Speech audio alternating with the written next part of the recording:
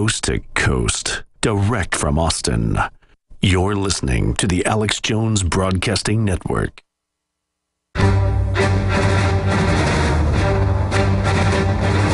Big Brother, mainstream media, government cover-ups. You want answers? Well, so does he. He's Alex Jones on the GCN Radio Network. And now, live from Austin, Texas, Alex Jones.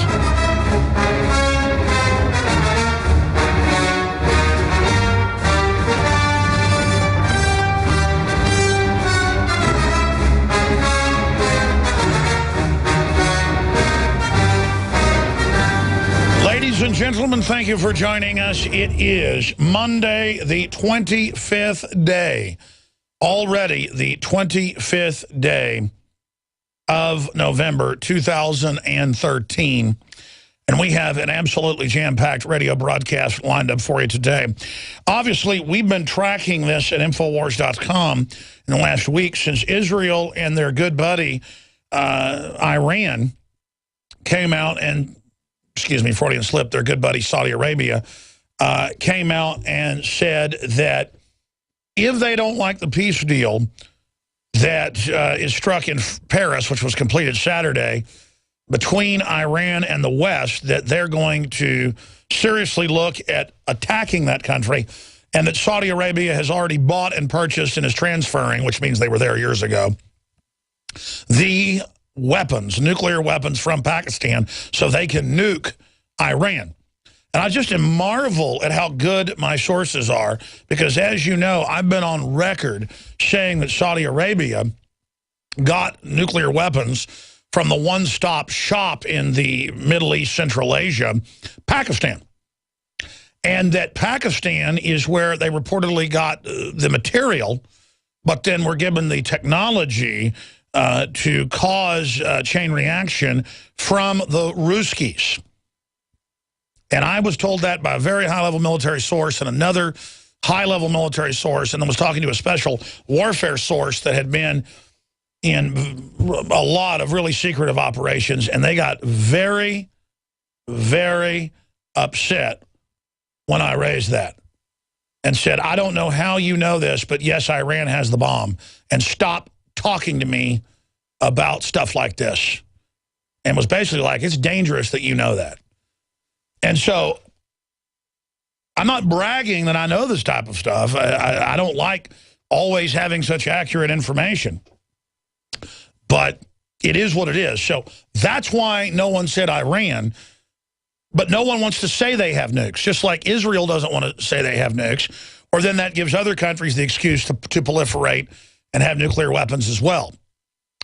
Israel has reportedly 800, according to Jane's Weapons Quarterly last time I looked.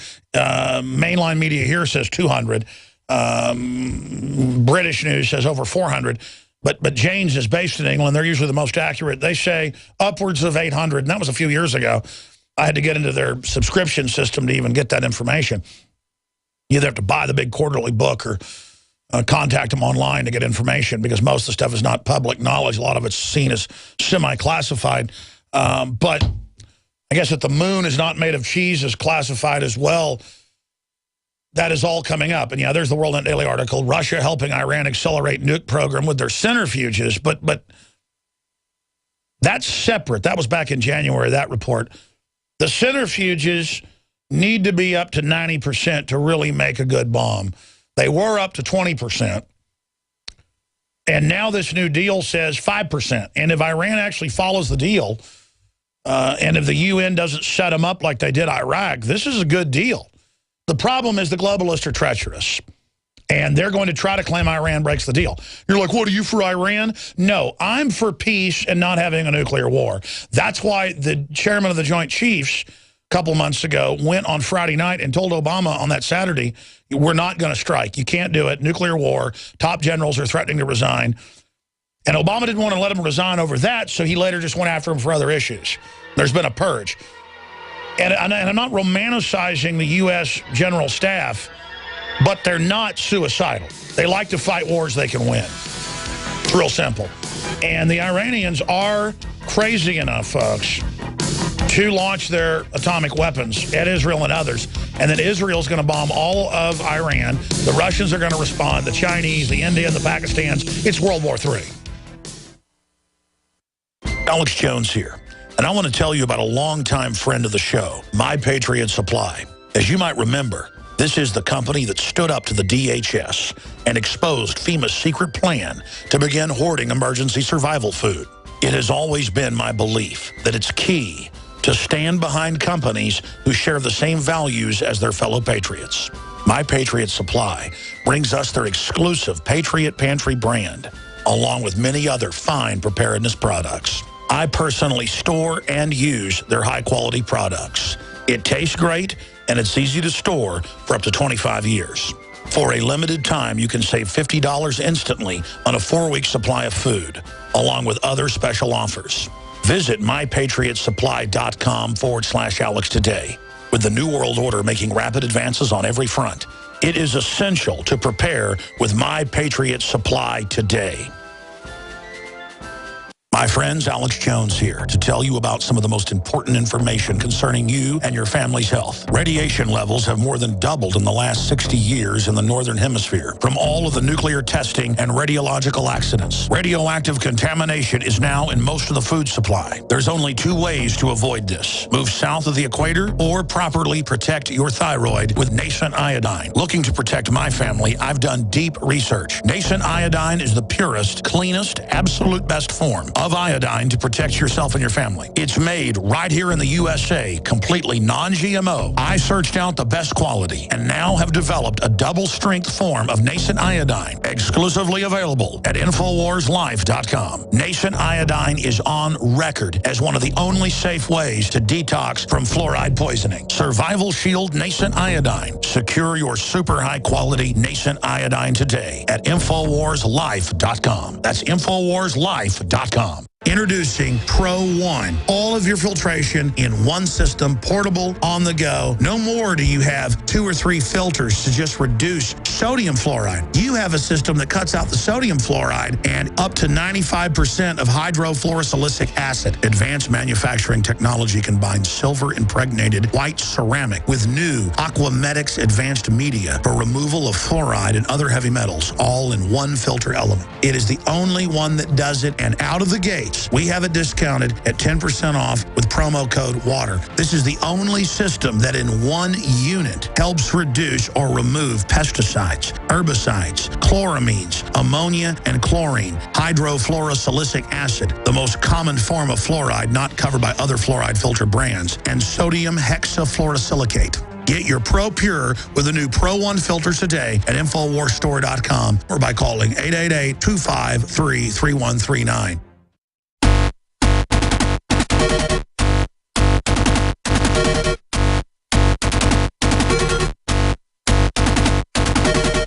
You want answers? Well, so does he. Live from the Infowars.com studios, it's Alex Jones.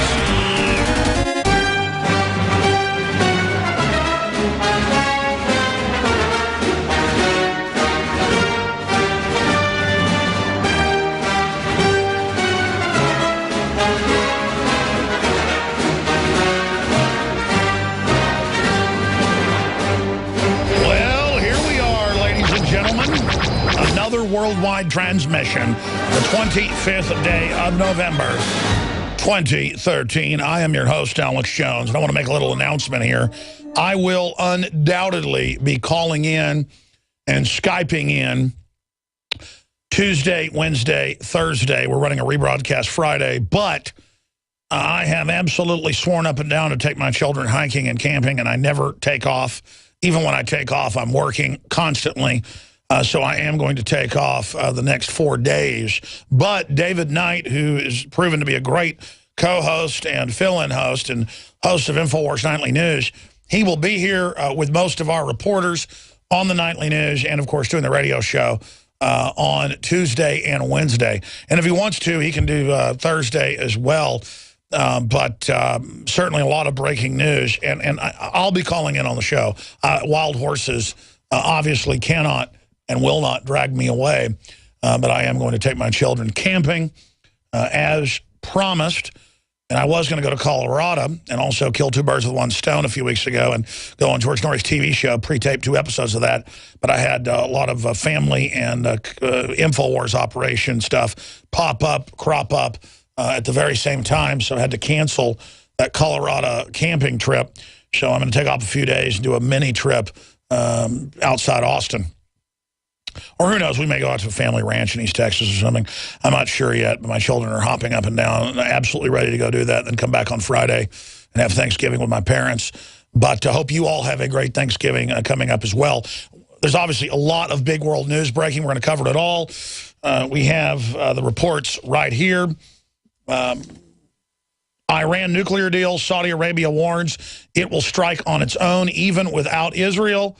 London Telegraph and brags they've secured nuclear weapons from Pakistan. And, of course, that's not going to go too well because you just watch if this happens. The reason the Joint Chiefs have not allowed, and they're not in command, they've just threatened to quit. If Obama tries to launch an attack on Iran, because the word is, right around the time the last year of Bush's administration, 6.5, 7 years ago, they were completing atomic weapons and warheads, and then have now completed being able to put them on top of medium-range missiles that can hit Israel, obviously. And you want to gamble that the Iron Dome weapon anti-missile system will be able to stop them? Probably won't be able to stop them. So I'm going to just keep announcing that. You only hear it here, and if you don't believe me, that's fine. I told you Saudi Arabia had nuclear weapons. I mean, South Africa had them, and it came out later. There's many more countries have them. And, of course, India and Pakistan are the big issue. If a nuclear war starts, it's probably going to be there. That's what most analysts say. They've had a couple wars with each other over the disputed Kashmir region, and they absolutely hate each other. You see, folks, people think the Muslims hate America, and on average they don't. They want to move here and be in a freer culture, but while still keeping their non-radical Muslim values. And many of them are great people.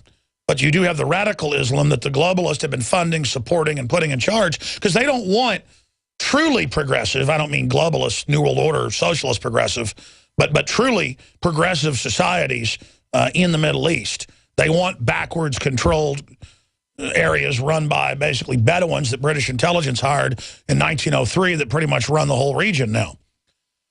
And that's what the House of Saud is. And the Muslims hate each other more than anybody else. And the Indians and Pakistans hate each other. The Hindus and the Muslims. There's a lot of groups in India, but it's the Hindus and the Muslims that are really, if you study the cultural battles, that's the big issue. That's how it is in Africa. One African tribe will hate the other African tribe right across the river. The animists will hate the Christians will hate the Muslims will hate the Christians. And people will find a reason to go rob and kill somebody. So we call it racism, and people nowadays think the only form of discrimination or abuse is racism. Racism is just a modern term for tribalism between different ethnic groups. But historically, it'd be groups of Romans before they unified what is Italy today, killing each other in hundreds of years of war, before the city of Rome ended up first conquering what is Italy. Before that, it was known as just the land of the Romans. It hadn't been known as Italy until the last 1,000 years or so. And, those guys over the hill, they're bad, we're going to kill them. Exact same genetic group. And that's what's so frustrating. We've been colonized by foreign offshore megabanks who are literally waging war against the human condition and trying to dumb us down in Europe and the U.S. and in Australia, teaching in globalist standardized tests that 2 + 2 = 5, 5 + 5 = 12, literally. Brown bags and peanut butter and jelly sandwiches are racist. So you're all just seeing all this stuff to fight about everywhere and obsessed with what color you are or what religion, instead of all of us going under a scientific dumbing down takeover. So you say, well, that's ridiculous saying peanut butter and jelly sandwiches are racist and, you know, don't ask for them on the school menu because it hurts Hispanic children's feelings. That's meant to get the Hispanics going, yeah, I am offended by a peanut butter and jelly sandwich. So we're all fighting with each other when we would all just really be getting along.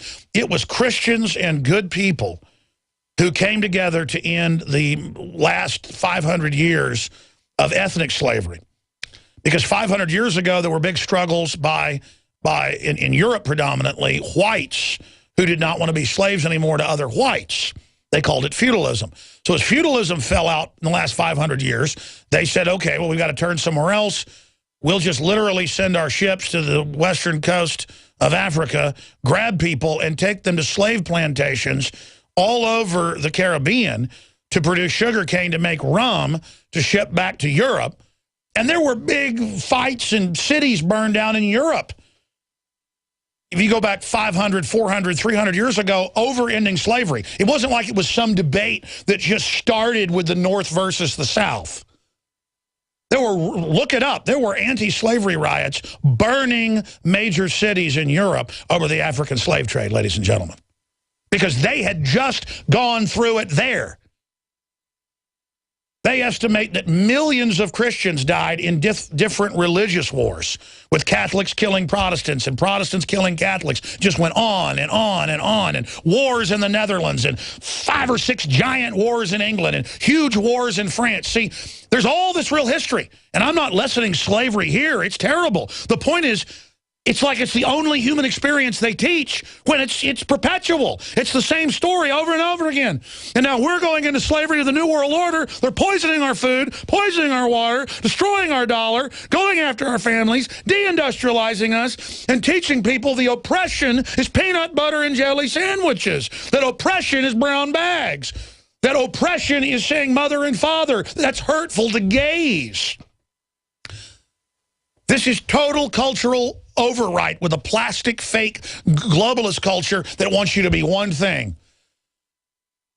Absolutely alone with no community, but also not an individual, because then you see the television as your friends and the plastic culture as your fake community. They have to destroy a real community and real communitarianism to then bring in a false communitarianism. They have to destroy true sustainability, being able to take care of yourself, and bring in a false sustainability that actually makes your life unsustainable and has a lot of trappings that sound reasonable. It's so sophisticated how they do this.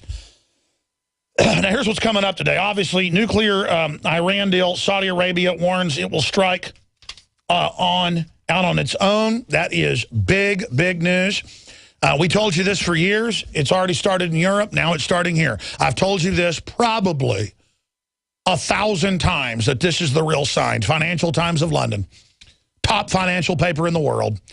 U.S. banks warn Fed interest rate cut could force them to charge for depositors. That is devaluation of the currency. That is Weimar beginnings.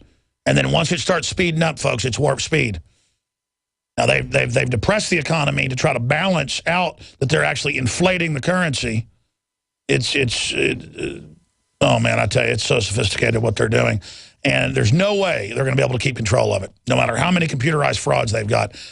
So we're going to be breaking all of that down. This is the lineup for some really crazy stuff to happen.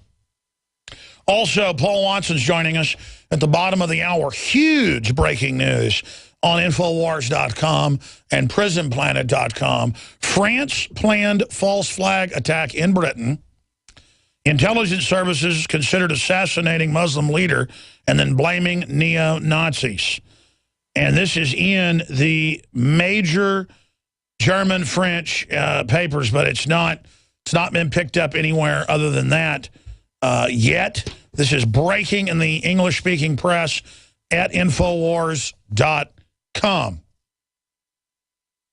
It's also being reported in Israel, so I guess that's English-speaking there as well. But the point is that this is up on Infowars.com and PrisonPlanet.com. Paul Watson is going to be joining us. He can finally talk about his book and what really happened, some of what really happened inside the White House. Mr. Bongino, the Secret Service agent, is going to be joining us for 30 minutes at the start of the next hour. And then in the last 30 minutes of the show, something really amazing happened when I was in Dallas on Thursday.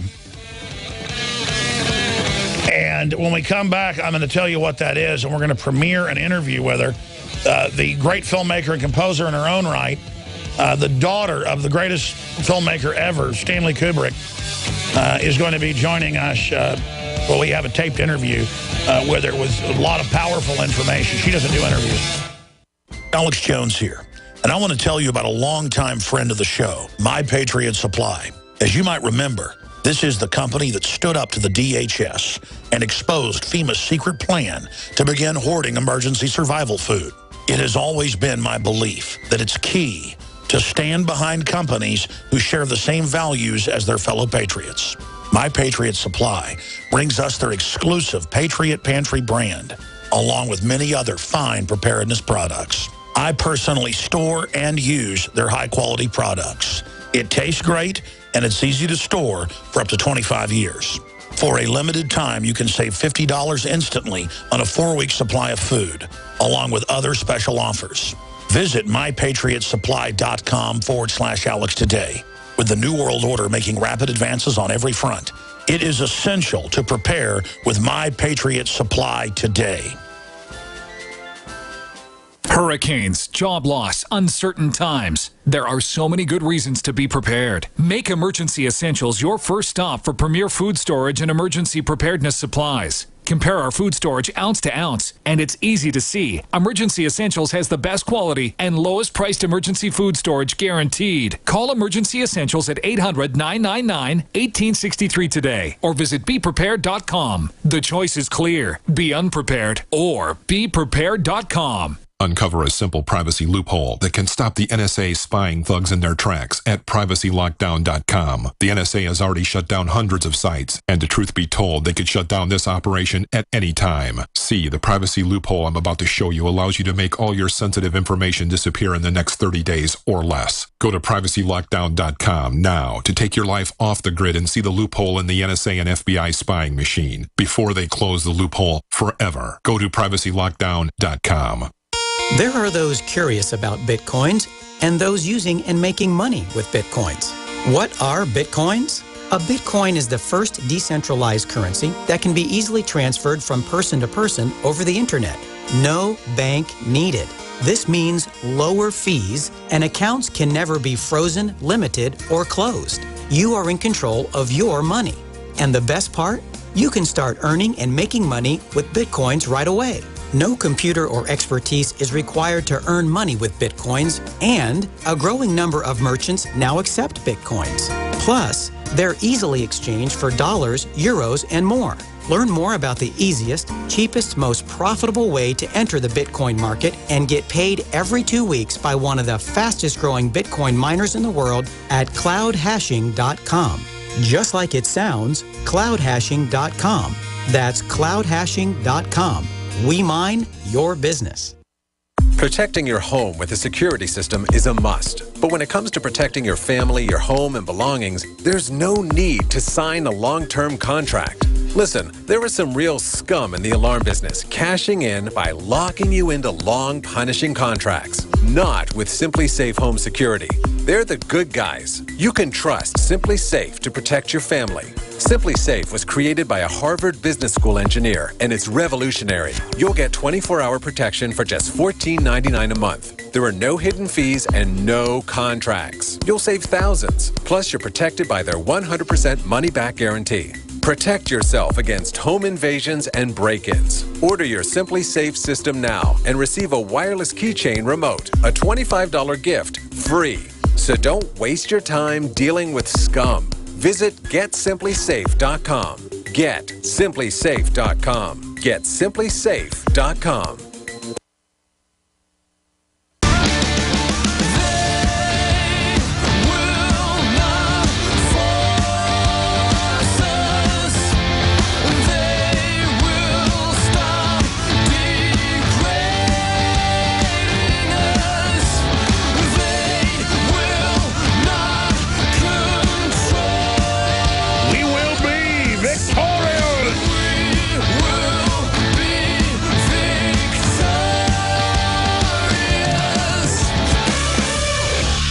and gentlemen, we are back. We are live. I am your host, Alex Jones.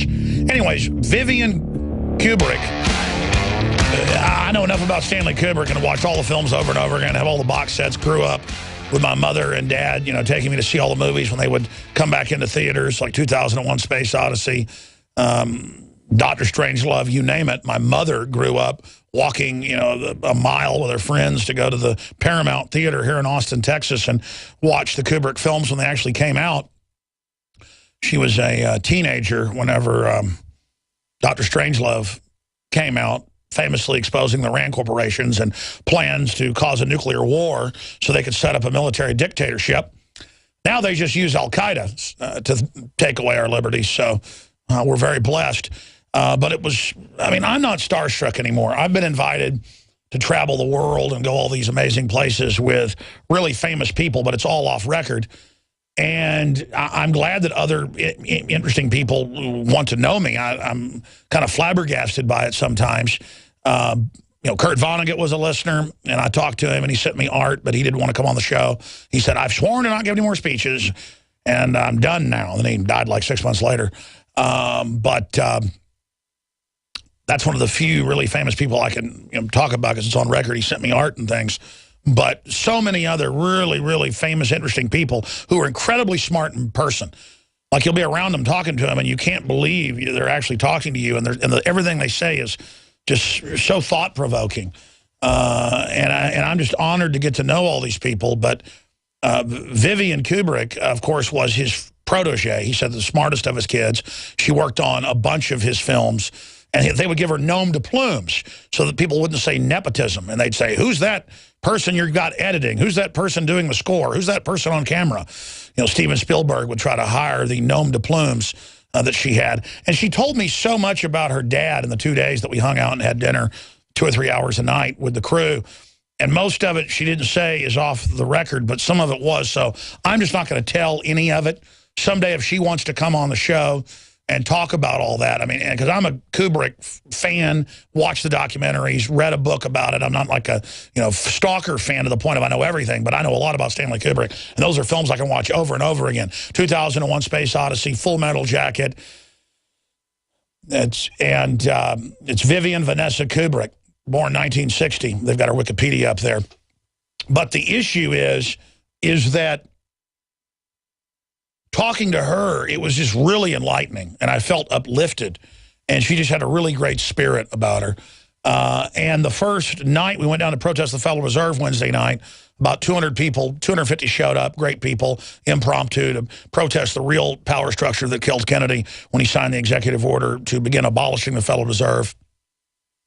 And I was petting this beautiful American bulldog, the prettiest I'd ever seen, that this fella actually was holding in his arms, this really big guy.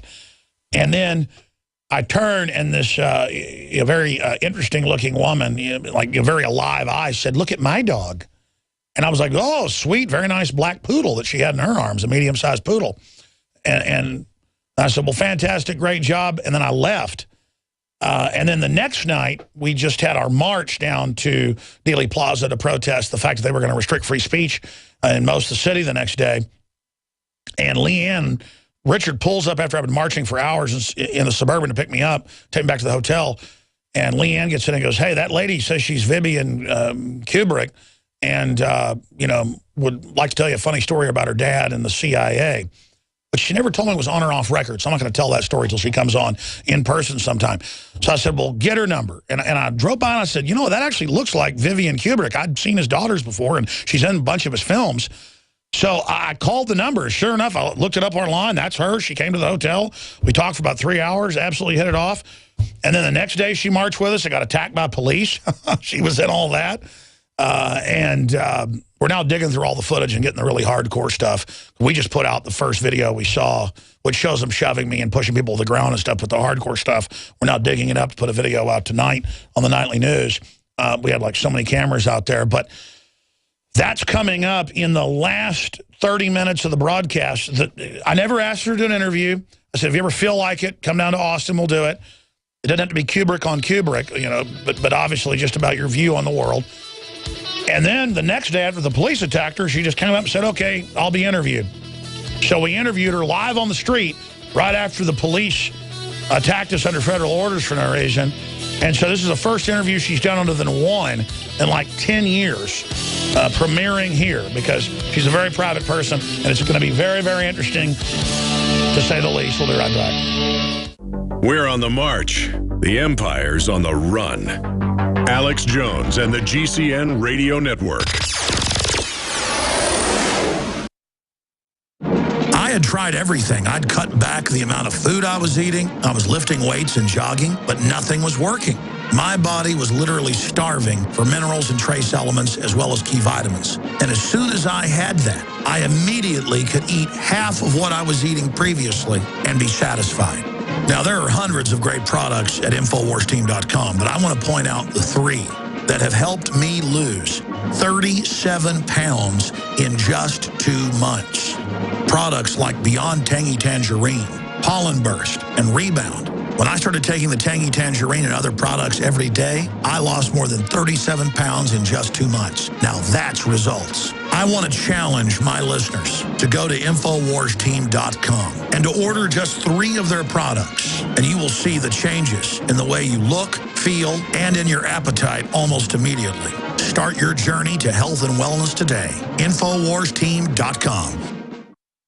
Strategic relocation is a systematic way to think strategically in the future about how do I safeguard. Renowned author and expert, Joel Skousen. The U.S. isn't building huge underground bases and bunkers because of some terrorist threat. They know that a massive nuclear attack is coming.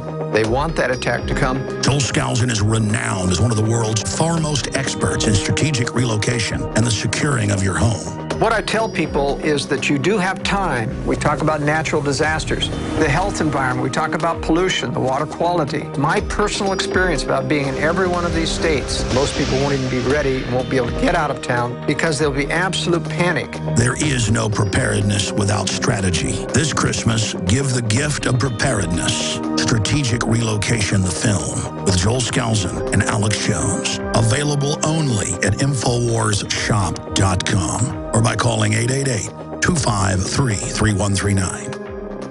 In the last 50 years, iodine has been phased out of our staple foods and replaced with the halogen bromine, a practice now banned in nations around the world.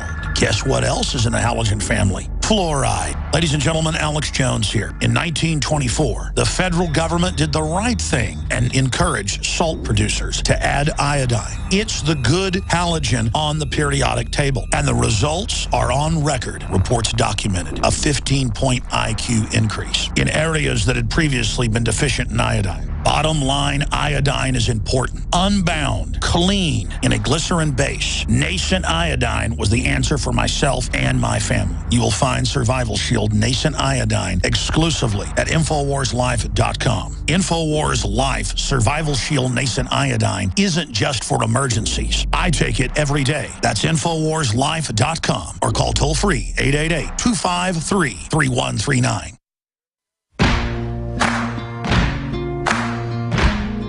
Resistance to tyrants is obedience to God. It's Alex Jones. You can run on for a long time, run on for a long time, run on for a long time. Sooner or later, gotta cut you down. Sooner or later, Monday through Friday from 11 a.m. to 2 p.m. Central, we're live. Go tell Back 7 o'clock Central Standard Time with InfoWars Nightly News. The gambler, the backbiter, tell him that God's... We're working on getting Max Kaiser on because he's the one that's been saying for a long time that when they start trying to charge for deposits in the U.S., you know that means inflation's about to really spike up. Well, now that's in the Financial Times of London. U.S. banks warn Fed interest cut could force them to charge depositors. That's a big deal. The biggest issue is Iran nuclear deal. Now Saudi Arabia warns they will strike on its own, even if Israel, the U.S., or NATO don't. Over the peace deal Iran has struck. And it makes them get rid of their enrichment down to 5%, which it's really even hard to have reactors for power at that level. So it looks like sanctions actually did bring Iran pretty much to their knees. They failed in taking out Syria so they could then take out Iran, because Syria is on Israel's flank It had to be taken out first. That's why they used Saudi Arabia backed al-Qaeda. But now Saudi Arabia is literally throwing a fit. And out of all the players in the Middle East, there's some real nasties out there. Saudi Arabia is hands down, and al-Qaeda is hands down, heads above the rest. In fact, way, way worse. Leagues worse than the other players. And just mischievous and wanting to dominate everything. And I see why. I mean, from 1903 to 1933, one group of Bedouin tribes took over what is Saudi Arabia, Syria, and so many other areas with British intelligence backing. I mean, these guys had 200 square miles in between two mountain ranges of the worst desert in Saudi Arabia today. And under British intelligence backing, took the whole thing over. And now they want the entire world, basically. Not just North Africa, not just Central Asia. They're exporting their people all over the Caucasus to threaten the Russians. They publicly threatened to blow up the Olympics using al-Qaeda. The head of Saudi intelligence, bin Sultan Bandar, related to the bin Ladens. I just can't handle it anymore. And then I've got to have the TSA look me in the eyes and act like I've done something wrong and want to grab my genitals and put me in a scanner when the government runs al-Qaeda. The illegitimate government runs it. And I'm tired of all the cops in riot gear and all the cameras and all the armored vehicles and the billions of bullets saying it's for al-Qaeda when you know full well it's for the American people. And now they admit it's for us. And I've had enough, and I'm angry. And I have to go out and basically get roughed up by police to have peaceful demonstration in Dallas for the First Amendment, which the mayor said was banned. And the Dallas police did their job, and so they just sent in the sheriff's department under federal control to attack us. And the message is, we own these streets, you don't. It's pure gangster level. We even overheard the Dallas police the first night, but we missed them then, and I guess higher-ups countermanded it, saying, we got to show him and show them these are our streets, and they can't be out here, and then we're the boss. I mean, man, the level of blockheadedness. We got to show them they just can't stand on the street corner and hand out flyers in America. We got to... Well, you know what? You're going to get shown by the establishment that you don't have anything as well. You fools. You want freedom. You want free speech. You want checks and balances. That's what made America so successful. Everybody else is authoritarian. Everybody else doesn't let people demonstrate. And they're hellholes. Western civilization, cradle of freedom, and it's all being reversed. It's all being lost. And did you notice all the prosperity's going out the window at the same time? And I want my children to grow up in a free country. Listen, if there was some great free country with lower taxes, I would leave. Except that I have, and there are a few actually that are better out there. I've looked into it. But I have such roots here that I'm not going to abandon ship. And I see a lot of positive things happening, too. Don't get me wrong. I see military waking up, a lot of police waking up. I see moves to start impeaching the Attorney General, moves to impeach Obama. I'm seeing a lot of awakening. That's good, but it's not enough, folks. I mean, they're teaching kids 2 + 2 = 5, and that mom and dad is a bad word, father and mother, and that peanut butter and jelly sandwiches are racist. To traumatize 7-year-olds that they're racist because mommy gave them peanut butter and jelly sandwich so they can henpeck little kids and teach them they're bad because they're white. And the new Common Core curriculum says all whites are racist, basically. I covered that yesterday. I mean, this is the type of stuff we're dealing with in this country. Total balkanization, total psych warfare, totally criminal. The government is illegitimate at the top. It's trying to get the lower level people to carry out crimes. It doesn't matter, though. The government is now illegitimate from pillar to post. It didn't matter if the Dallas police followed the judge's injunction that we could demonstrate. It didn't matter if that after the ceremony, Dealey Plaza had to be opened up and we went in first. They were opening all the barricades. We go in. The feds across the street in front of witnesses said, we're not going to let Alex Jones do that. Get over there. They masked up, went over and pushed us out of there to show us we're the boss, Homeland Security. We run this show. We'll do what we want in America. They federalized units in every police department, every sheriff's department in major cities. Now they're federalizing everything else. And they sent thugs that had criminal glints in their eyes over there. And I just want to thank God for giving me the self-control to sit there and put up with it. We're going through all the footage to get the really hardcore stuff. Rob Dewitt walked down the street and ran back. That's how we got this from behind. None of us got the first of it except on our live feeds. We have to go into the live feed archives to get the really brutal stuff, where they had that guy's head pinned up against the wall right there, ramming it, choking people, knocked a girl off a guy's shoulders. This is the stuff I saw. We're going to get it all and have it by tonight's show. We all got back tired this weekend, and we just have dozens of hours of footage to go through, but we're going to do it. Now, let's just stop right there. I want to shift gears to our top story that is up on Infowars.com. And I'm going to need a document cam here in just a moment. The story is up on Infowars.com. It is the top story on Infowars.com. France planned false flag terror attack in Britain. Intelligence services considered assassinating Muslim leader, blaming neo-Nazis. And I worked on this article with Watson. I asked his view on it from the different intel pieces we had, and I concur with his analysis 100%.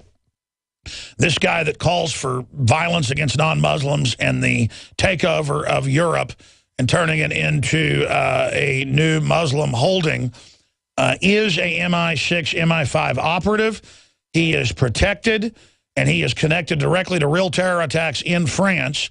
And French intelligence wants him dead. But notice they were going to use a false flag to blame it on neo-Nazis at the same time. This is breaking at Infowars.com. It's in French, German, and Israeli papers, but not in the Western news. It's up on Infowars.com. Now, joining us is Paul Joseph Watson from England, breaking this. One of the biggest groups in England are the ones that are releasing these documents. And basically, again, I'm not for assassinating people and false flagging and blaming it on the right wing to then restrict free speech in France, which they were going to double back and do. But this is a great example, if true, of how these intelligence agencies, even when they get back at each other, use false flags to get the job done. Paul Watson. Hi, Alex. Good to be back. Yeah, it's a report by the pressure group Hope Not Hate. Concerns a French intelligence plot to assassinate the Muslim hate preacher, the hook-handed cleric Abu Hamza. And basically what happened, they were frustrated at the fact that the British intelligence services, which, as all our other research shows, clearly runs the European branch of Al-Qaeda. You've got hundreds of terrorists flocking from Britain to Syria under the wing of Anjem Chowdhury, who is also connected to this, and again, working for British intelligence. But this was based on a copy of a 1999 nail bomb attack, which happened in London, killed 3 people, injured dozens, by David Copeland, who was a far-right terrorist. So the French planned to stage a false flag, use similar tactics, similar weapons to the Combat 18 neo-Nazi group in Britain, then blame it on them and therefore avoid responsibility for their attack. But as he said, they wanted to get rid of Abu Hamza because they thought that the British intelligence services were basically protecting him. In fact, they referred to London as Londonistan because of the ease with which these Al-Qaeda networks go in and out of the country. Because over and over again, we've proven that British intel runs Al-Qaeda in Europe. Harun Rashid Aswat, the so-called mastermind of the 7/7 bombings, was on the MI5 payroll, and he was one of the closest aides to Abu Hamza in the late 90s. So they were both working for British intelligence. Hamza admitted he was working for Special Branch as far back as 1997. And then in 2006, he said his hate preaching had been tacitly approved by MI5. So that's right. Let's be clear. A SWAT was over the 7/7 bombings on record. And I literally had police threaten to arrest me when I was on the streets trying to interview witnesses about this with you just a few days after the 7/7 bombings. I went to London, and we turned out it was a drill. They were patsies who thought they were part of a drill. Some figured it out and ran. They were shot to death at Canary area there. And again, this is how they set them up. But the point is, this is on record. Even Fox News and the Associated Press has reported that MI5, MI6 were handling the SWAT character who then was trying to create terror networks, but they couldn't do it. So then they hired people who thought they were part of a drill. And let's understand this. We can't get our reporters into England sometimes. Michael Savage can't get into England. Former Navy SEALs can't get into England if they ever criticize Islam in any way.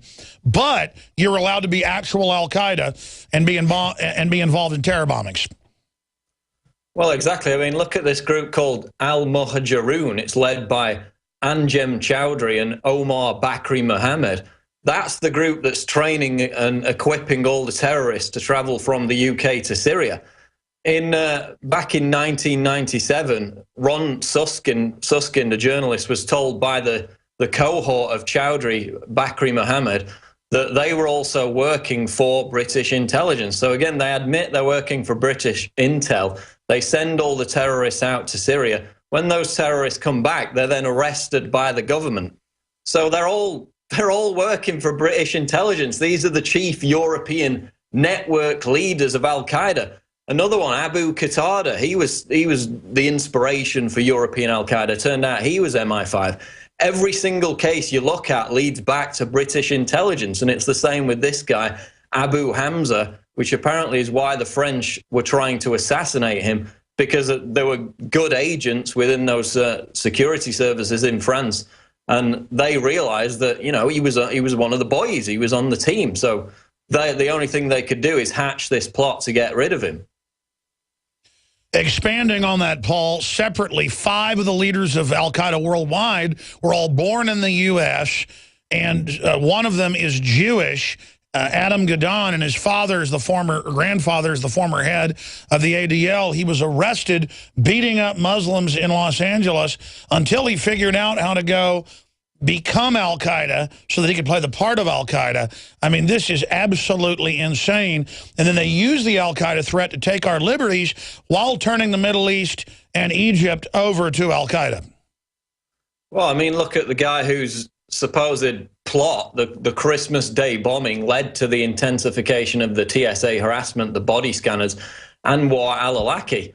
He was the inspiration for 5 of the 9/11 hijackers. Yet, as Fox News reported, he was dining at the Pentagon months after 9/11, and it was also admitted that he was working for the FBI. So the very inspiration behind the alleged hijackers on 9/11 visits the Pentagon months after, and then, you know, goes on after that to become the inspiration for the Times Square bombing, that attempted bombing, the Fort Hood shooting. He was the inspiration behind that. And by the way, they declared national security on that with Major Hassan for 2 years. He was being run by Awlaki, and the CIA knew, and they declared national security on those emails and will not even declare it a terror attack. Let's put the Fox News headline back up.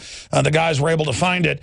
Exclusive. Al-Qaeda leader dined at the Pentagon just months after 9/11. That's actually not an exclusive. We actually broke that, ladies and gentlemen. But the whole issue is that even when I mention that now on national TV or radio, they laugh and say I'm a liar. The #2 guy in Al-Qaeda, who I predicted they would fake kill, claimed they killed him in a drone strike. Totally made up, folks. He's had a nose job, beard's cut off. He's in probably Hawaii right now with 15 mistresses, you know, at a topless bar. Literally, ladies and just like the 9/11 hijackers, totally set up, double, triple agents, bare minimum, triple crossed right there. But the issue is this is an intelligence op, and why do they do it? To take our liberties, Paul. This is incredible. And they also do it to kind of racket up this racial strife, both in the US and Britain, because you remember the Woolwich attacks, the killing of Lee Rigby. Well, it turned out that the culprit of that was, again, a protege of Anjem Chowdhury, who is the guy which, according to this report, his group has become the single biggest gateway to terrorism in recent history. Yet his cohort admitted before 7/7 that his group was working with and with the approval of MI5, the biggest gateway to terrorism in British history, and they're working hand in hand with MI5. Good job, Paul. And I want to give credit where credit's due. I thought we were the first English-speaking group to put this out. The Huffington Post actually had it, but I'm glad you've done a report on it, pointing out the background. French security services plan to assassinate Abu Hamza. And then here it is now out of the Telegraph, just now breaking as well. So we're all basically breaking at the same time. French spies and neo-Nazi plot to kill Abu Hamza. I mean, that Abu Hamza guy is just a disgusting blob trying to radicalize everybody so they can then again take British folks' rights. It's so disgusting. I mean, I am so sick of being treated like a terrorist when I'm totally innocent and the government runs the terrorist, Paul. Well, exactly. But those other reports you mentioned don't talk about the fact that Abu Hamza is MI5. So they only give you half the story, which is why people are coming to Infowars.com. But I'm so sick of Adam Hamza. I saw that fat pig on television when I was over in England. Yeah, he's on television over there calling for killing everybody. I mean, it's so obvious he's a government agent, and it's come out he is. He brags he is. Well, eventually they had to extradite him. It took years and years, despite his clear links to Al-Qaeda. Finally, in October last year, they extradited him to the US. So these patsies, these stooges only have a limited time span before they become redundant. I guess they were playing clips of him, but they do have a guy. Who's the guy I saw on TV that looks just like him? Anjem Chowdhury. Yeah. He's still active. Yeah, that's the one. Just disgusting. We'll be right back, ladies and gentlemen. Stay with us. Paul Watson, thank you so much. Let's come back and add any other little key tidbits. I want to finish up with this. In the last 50 years, iodine has been phased out of our staple foods and replaced with the halogen bromine, a practice now banned in nations around the world. Guess what else is in the halogen family? Fluoride. Ladies and gentlemen, Alex Jones here. In 1924, the federal government did the right thing and encouraged salt producers to add iodine. It's the good halogen on the periodic table, and the results are on record. Reports documented a 15-point IQ increase in areas that had previously been deficient in iodine. Bottom line, iodine is important. Unbound, clean, in a glycerin base. Nascent iodine was the answer for myself and my family. You will find Survival Shield Nascent Iodine exclusively at InfoWarsLife.com. InfoWars Life Survival Shield Nascent Iodine isn't just for emergencies. I take it every day. That's InfoWarsLife.com or call toll-free 888-253-3139. Here at MyPatriotSupply.com, our customers are number one. Built on a self-sustaining business model, we don't owe our existence to big banks or big business. Instead, this company was built by you, the customer. The success of My Patriot Supply is a testimony to the loyalty and dedication of each and every one of you, to our old-fashioned values and top-rated customer service. These elements alone have made us the choice of patriots everywhere. We believe that being prepared should not be a luxury reserved by people with large disposable incomes, which is why we have the products you need at the prices you can afford. We bring you our Patriot Pantry brand of storable food, which features top-of-the-line flavors and carefully packed to store for 25 years. Plus water purification systems, non-GMO heirloom seeds, survival gear, all perfect for off-grid living, and much, much more. Visit MyPatriotSupply.com or call 866-229-0927. That's 866-229-0927. MyPatriotSupply.com. TheUltimateKnife.com presents the Fox Karambit Knife. This amazing knife is built for utility and defense purposes. Based on 6th century Indonesian design, the Fox Karambit knife utilizes a patented Emerson waved feature that allows for true one-handed operation. Less than 3 inches in length, it deploys faster than a switchblade, yet has no springs. Italian-made craftsmanship is finally available here in the U.S. Knives of this caliber can cost up to twice as much and could take up to a year to order. But we have them available right now. And as legislation in the U.S. continues to add pressure to take away our rights to bear arms, you need a backup defense tool that's even faster than a handgun. Get the ultimate knife at the ultimate price. Call 888-541-4446. That's 888-541-4446. The Fox Karambit Knife, truly the best knife you'll ever own. Available only at TheUltimateKnife.com. Again, that's TheUltimateKnife.com.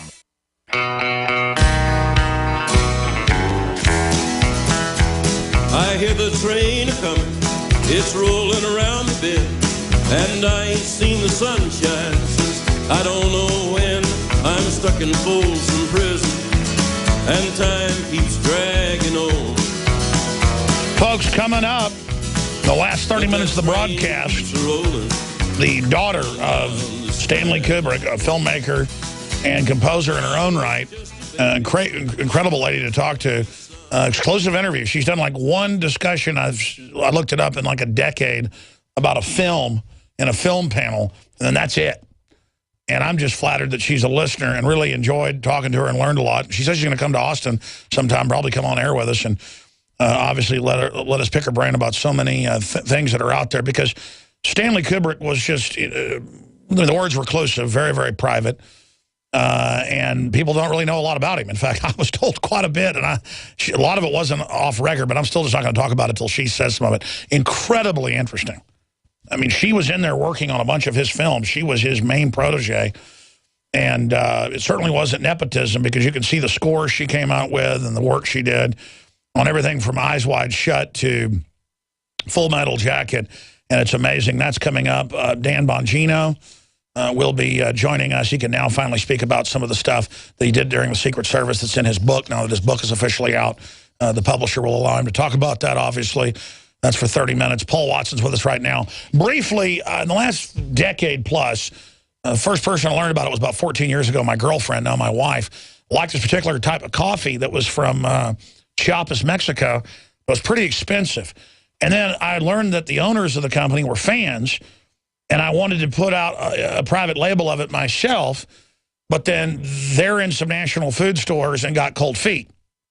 And then I did research, and lo and behold, learned that folks that we've worked with for a while, Inner Health Botanicals, are able to secure it, but they get it directly from the same co-op in Chiapas, and it is the same coffee. I've been drinking this coffee, I say 10 years. It's 14 years since I met my girlfriend, and it is my favorite coffee. And it's Arabica, and in the office there's like 15 different flavors of it, types and roast. But the whole office tested it for a few weeks, and we decided on this particular blend unanimously. It's a medium roast. Wake Up America Immune Support, available at InfoWarsLife.com or InfoWarsStore.com. 1 pound of it is $17, and the other brand of it's like 30-something. Just to give you an idea, folks, this is a really gourmet coffee at a reasonable price, and the small amount of profit we make helps fund the operation. And it's called Wake Up America Patriot Blend, and it's a shade grown in the mountains of Chiapas. It's basically like Guatemalan coffee, but better in my view. Guatemalan was my favorite previous to that, Guatemalan Arabica. And then we have infused with the organic, a special type of mushrooms for the immune system. We have that for $19. You can get big discounts when you get 10 packs if you buy a pack and like it, or you can buy 2 packs, or you can buy a combo pack, 2 packs of each, or 1 pack of each type. And we'll have more varieties and stuff that comes out. We just launched it Friday. It's already a huge success. And just like the nascent iodine, the first product of InfoWars Life, of these great vitamins, minerals, supplements, and high-quality food products we're going to be rolling out. If you go there, you've heard nothing but unanimous love for this nascent iodine. It's proprietary. It's really special. That's available at InfoWarsStore.com, all the things it does for the thyroid in the body, and personally for my clarity. And then, of course, I'm a big coffee drinker, as you know, and this is my favorite coffee. For 2 years, I tried to put it out, did a lot of research, and then it was hiding in plain view with folks we'd already been working with for a decade. Isn't that funny how that works? Is that great minds think alike, or patriot minds think alike. So that's what's going on. We're going to have a 1-minute break, talk to Paul for 5 minutes, let him finish up on this huge news of the French planning a false flag to take out a MI5 agent. The guy's an agent. He's not just a minion. And then we've also got so much more coming up. But the new Wake Up America Patriot Blend Coffee, InfoWarsLife.com, or call toll-free 888-253-3139. And your purchase helps fund the InfoWars. So thank you all. That's InfoWarsLife.com, InfoWarsLife.com. Alex Jones here with a message to fellow freedom lovers. The prognosis for the entire planetary economic system runs from bad to worse. The globalist model is to shut down societies and starve patriots out until they acquiesce to the global takeover. That's why we've assembled the most vital and important preparedness items at InfoWarsShop.com. These are items that I did research on, that I personally use. We've We've got the Life Straw, so you can turn fetid water into safe water anywhere you go. The K-Tor hand crank generator to charge up key equipment during power outages or out in the field. Strategic Relocation, 3rd edition by Joel Skousen. When Disaster Strikes by Matthew Stein. ThyroSafe, used by Homeland Security to protect yourself during any radiological event. Hand crank shortwave AM/FM radios. Everything that we've researched and found to be the best is available at InfoWarsShop.com, and your purchase makes our InfoWar possible. We're getting prepared. Are you? InfoWarsShop.com. Waging war on corruption. Alex Jones on the GCN Radio Network.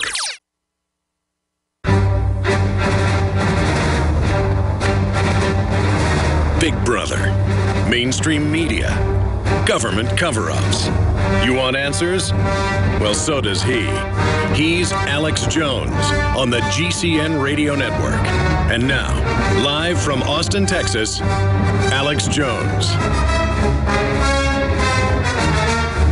Coming up, I'm going to break down how the internet is gamed, just a few of the angles of why the system having your data is a bad thing. You say, well, I have nothing to hide. Why should I worry? I'm going to give you a few examples of that. There's some new stories out. I see them up on drudgereport.com. Trends faked by robots, bogus accounts, dog Twitter. I'm going to explain exactly what's going on there coming up in the next segment and some other news. And then open the phones up for your calls. And then, of course, we've got Dan Bongino, the Secret Service agent, joining us live. He can finally tell us some of what's not classified or restricted about being inside the bubble with Obama. Now that his book's out, he's not bound by the publisher to not be able to talk about it. Frequent guest, one of our favorite guests, very interesting, very smart guy. Look at his take on the economy, host of issues as well. Because Secret Service has a lot of education in economics and how money works, so it's always good to talk to Bongino.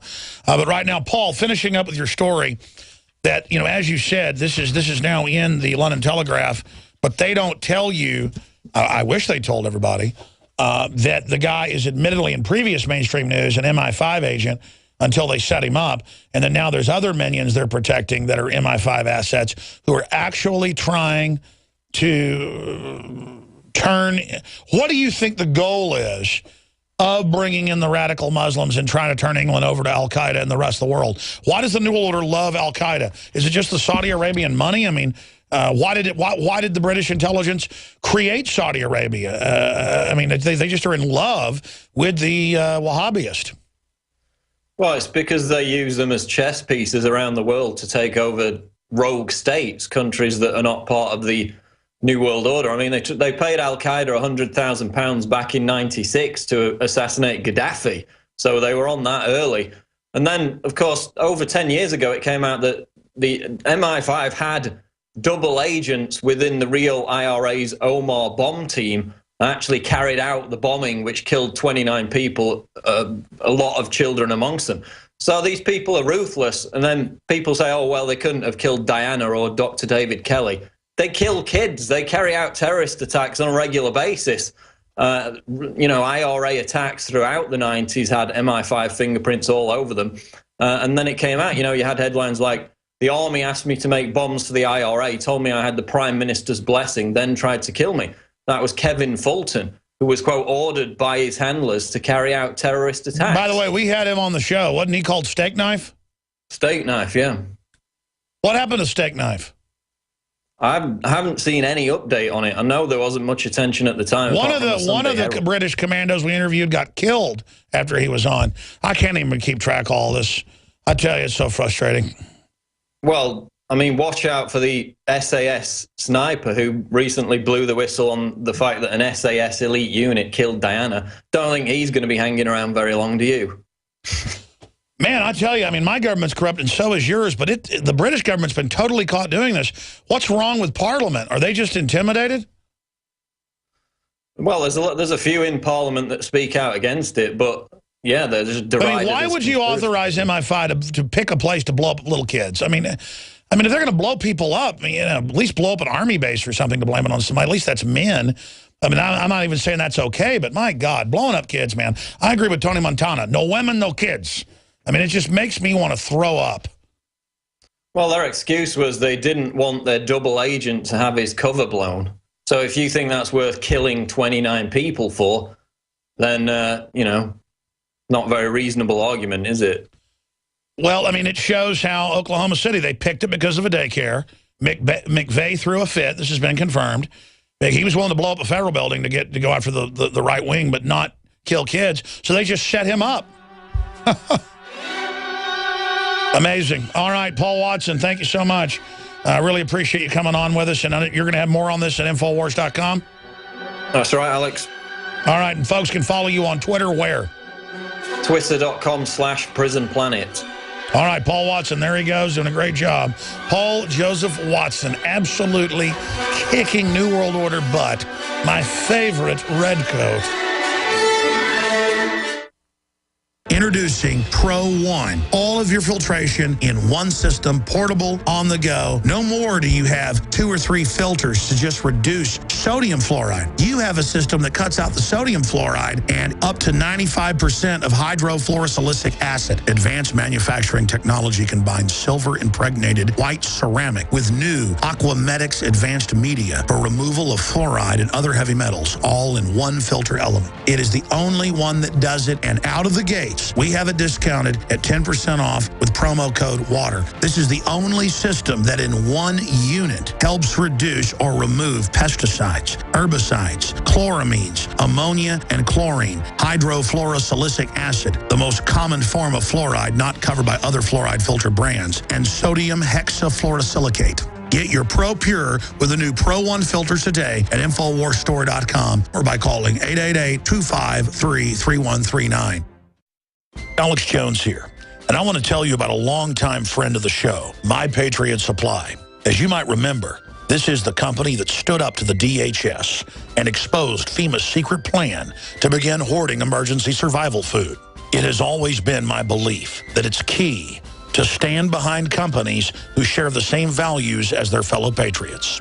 My Patriot Supply brings us their exclusive Patriot Pantry brand, along with many other fine preparedness products. I personally store and use their high-quality products. It tastes great, and it's easy to store for up to 25 years. For a limited time, you can save $50 instantly on a 4-week supply of food, along with other special offers. Visit mypatriotsupply.com/Alex today. With the New World Order making rapid advances on every front, it is essential to prepare with My Patriot Supply today.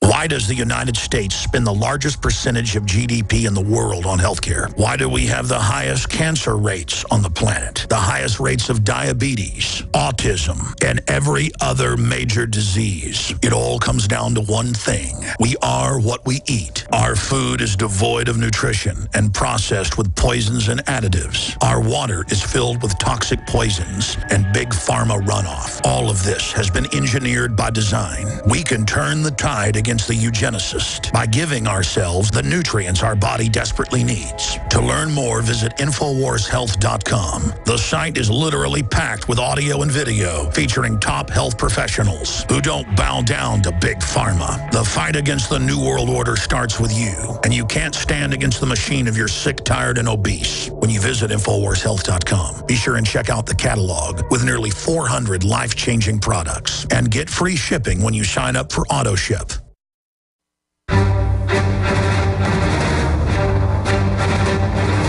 Big Brother, mainstream media, government cover-ups. You want answers? Well, so does he. He's Alex Jones on the GCN Radio Network. And now, live from Austin, Texas, Alex Jones.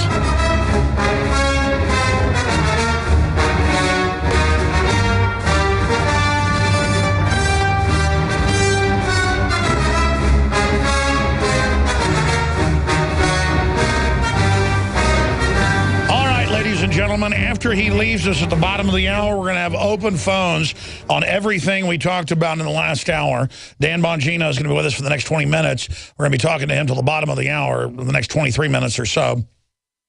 And then, of course, Iran nuclear deal. Saudi Arabia warns it will strike on its own and says they've gotten nuclear weapons from Pakistan. Isn't that just precious?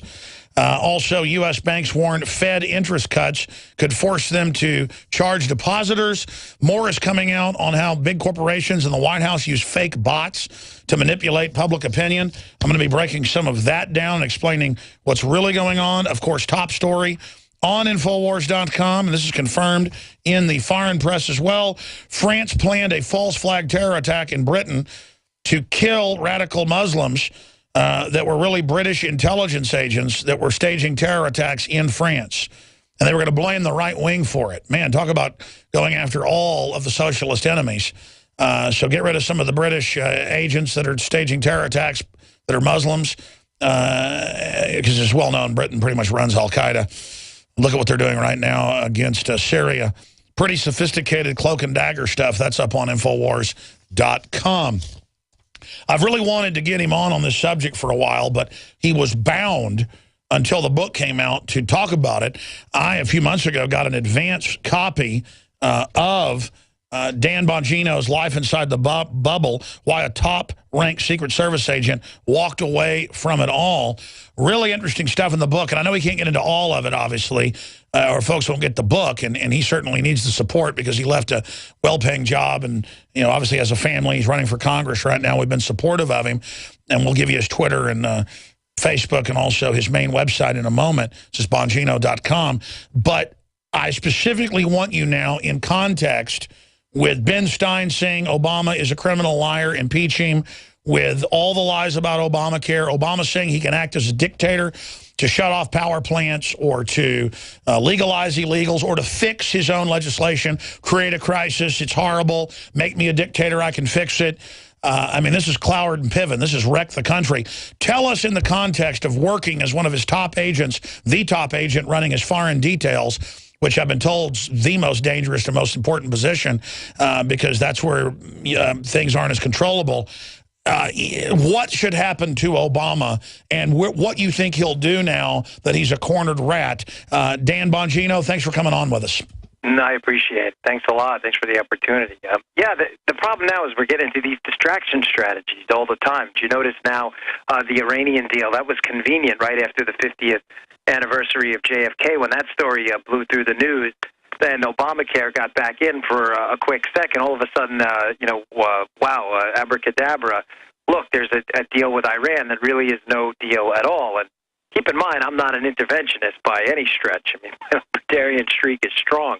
But if you're going to negotiate, at least negotiate in good faith. I don't even know what to say anymore about this, Alex. It's like every single time that something breaks bad, there's a media cover story that reappears and distracts people like a shiny red ball. I mean, we're in a really dangerous place right now with this administration. They use the appendages and the tools as tactical, almost and strategic propaganda weapons to get the American people to just not pay attention to the evaporation of their liberty. I mean, let me just say this one thing. If your health care liberty doesn't matter to you, which is really evaporating in front of your very eyes with Obamacare, I mean, in live time right now, then really what other form of liberty really matters? Do you really even have political liberty? Oh, we can vote. Vote for what? You don't have your health care liberty? You're being taxed at confiscatory rates under this administration. And all of a sudden, again, like I said, a so-called deal appears with Iran to distract everybody. So it's so troubling. People have to just speak out. I mean, someone's got to do something.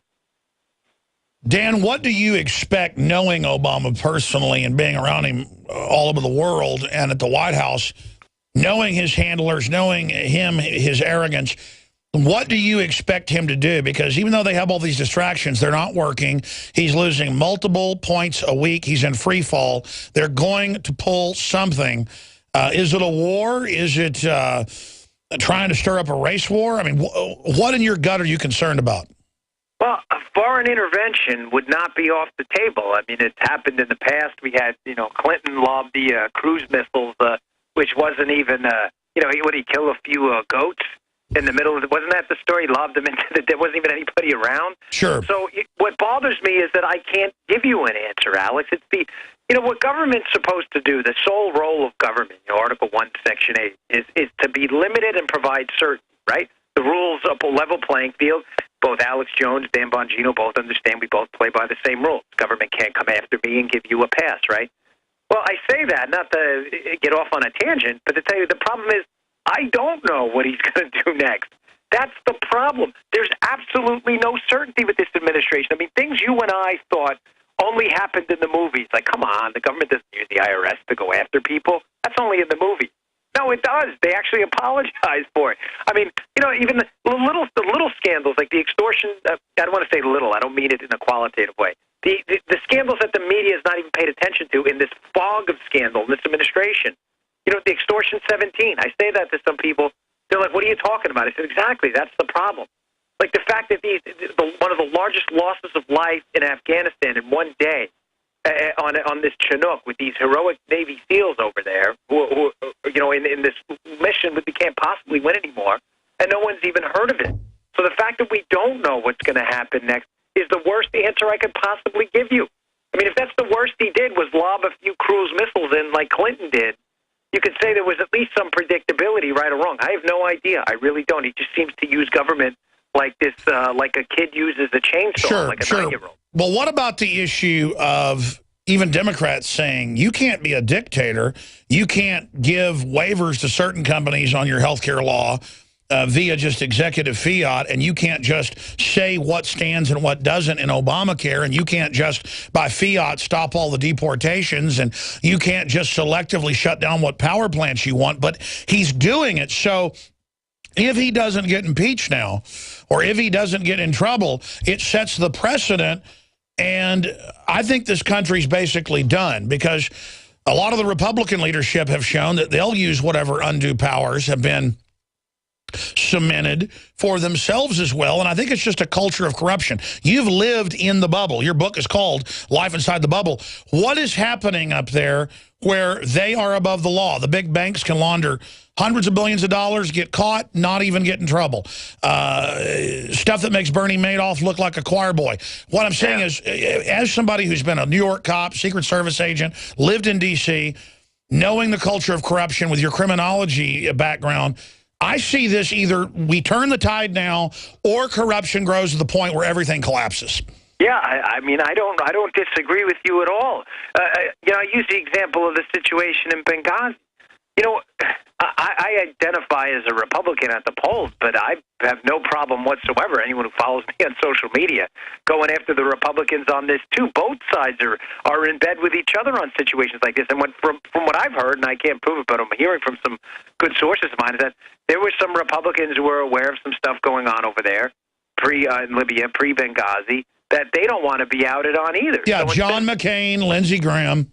Yeah, so instead of doing, the right thing, they do the easy thing, which is, the public will forget about this and forget about that. And it makes you wonder, who's the real bad guy? And I say all the time, I tweet this out as often as I can, because I mean it. I want people to really remember that the battle's not Republican versus Democrat. That battle's already lost. The battle's elitists versus just grassroots, rank-and-file American people. Forget the R and the D. It's almost irrelevant anymore. Well, the battle is the good old boys above the law who are basically untouchable, getting away with murder historically. That's how you always get tyranny. And if they're all covering each other's butts, and then they're covering the hind end of their minions, and their minions are covering their minions, and they're covering their minions, then that's how you get a culture of crime. And America is converting to a culture of elitist criminality, and it's always there, but if you just give into it, it's game over. Right. I mean, look at Michigan right now, Justin Amash. The guy votes his conscience. He puts every vote on Facebook. He tells you why he did it and why he didn't do it, unlike Obama, who said he'd be transparent. It's been the most opaque administration in American history. But what happens? The easy answer would be, the Democrats are going after him, right? No, the Republicans are going after him. Like, that's the problem. And I describe it in my book, this carousel of kind of insiders that they're not you. They're not people like you and me. They can't stand people. They probably really can't stand you because you have an audience. But as my audience goes, they can't stand me either because you're not feeding from the trough. They're not going to buy you off. They're not going to buy me off. They're not going to buy Amash off. And it's like, it almost reminds me when I was a cop. If you ever met a corrupt cop, they always want you to be corrupt with them. And there's very few of those, by the way. But the bad seeds root a whole bunch. But, they want you to be corrupt with them so then they don't feel so bad. Well, it's the same way in politics. It's like, well, this guy can't be bought off. Oh, we got to get rid of him. God forbid he has principles. He'll ruin it. He'll ruin it for exactly. everybody else. And then they'll try to go find something you did and exaggerate it, a crooked toenail, whatever, or make stuff up to say you're corrupt. I've noticed the corrupt literally run around 24/7 saying I'm corrupt when I am totally not corrupt. I mean, I'm not saying I'm a perfect guy, but I mean, I'm almost like Leave It to Beaver's dad. Right. It's like these guys have been arrested for a felony, and when you were 8, you got caught cheating on a spelling test, and it's front page news. I know, I get it. They do it to me all the time. I mean, every single thing I do is, some guy comes after me for. So it's crazy, and they want you to be corrupt with them, and it's the only way to do it. Well, it's like saying Rand Paul, in one of his speeches, quoted someone and didn't properly credit. He's a plagiar. We're going to be right back with Dan Bongino, talk about his book and his run for Congress. Final segment with him straight ahead, and then your phone calls coming up. I'm Alex Jones with Infowars.com. Check out his great site at Bongino.com. What looks good under your Christmas tree and tastes even better? Big Berkey water filters. Yes, the gift of clean water. A gift that provides a great foundation for achieving good health in the lives of your loved ones. A Big Berkey water filter gives them protection from bacteria, heavy metals, chlorine, fluoride, pesticides and herbicides, VOCs and more. And best of all, a Big Berkey water filter is a gift that lasts for many years with no additional investment. And that saves time and money in filter replacements that other water filters require and are even powerful enough to purify treated, untreated, or even stagnant pond water. As always, all orders over $50 are shipped free, and GCN listeners get 5% off all ceramic filter systems. Order online at BigBerkeyWaterFilters.com, spelled Big, B-E-R-K-E-Y, waterfilters.com, or call 877-99-BERKEY. That's 877-99-BERKEY. Gift well this Christmas. Give a Big Berkey water filter. To thank you for being a loyal listener, we have a limited time freebie offer for you. Claim your free heirloom tomato seeds, just pay shipping, right now at 123freeseeds.com. These aren't ordinary seeds. These are heirloom, non-genetically modified super seeds that are open pollinated and can be grown, harvested, and replanted endlessly. These survival seeds are actually more valuable than gold in a crisis. Go to 123freeseeds.com and you can get an airtight storage packet of 150 super seeds free while supplies last to say thank you for being a loyal listener. First come, first served. Just cover shipping. Go to 123freeseeds.com now to see if your free heirloom seeds are still available. That's 123freeseeds.com. Hi, my name is Annette, and due to menopause symptoms for nearly 2 years, I suffered severe hot flashes, which prevented me from sleeping all night. It was so hard to work because it continued all day to have the hot flashes from hell. I was exhausted and depleted. After only 3 weeks on One World Way, I have no hot flashes, and I'm sleeping normally again. I feel energized and strong. This is an amazing product. It is a little-known fact that every single cell of your body is supposed to produce 10% of its protein content as glutathione. But due to toxicity and aging, it does not. Could glutathione be a missing factor in optimal cell function for your entire body? If you restore the optimal glutathione levels in your cells, especially your glands and organs, then as a result, your glands and organs work better. Imagine the quality of life improvement you might have. To order One World Way, call 888-988-3325. That's 888-988-3325. Or visit oneworldway.com. That's oneworldwhey.com. In the last 50 years, iodine has been phased out of our staple foods and replaced with the halogen bromine, a practice now banned in nations around the world. Guess what else is in the halogen family? Fluoride. Ladies and gentlemen, Alex Jones here. In 1924, the federal government did the right thing and encouraged salt producers to add iodine. It's the good halogen on the periodic table, and the results are on record. Reports documented a 15-point IQ increase in areas that had previously been deficient in iodine. Bottom line, iodine is important. Unbound, clean, in a glycerin base. Nascent iodine was the answer for myself and my family. You will find Survival Shield Nascent Iodine exclusively at InfoWarsLife.com. InfoWars Life Survival Shield Nascent Iodine isn't just for emergencies. I take it every day. That's InfoWarsLife.com or call toll-free 888-253-3139.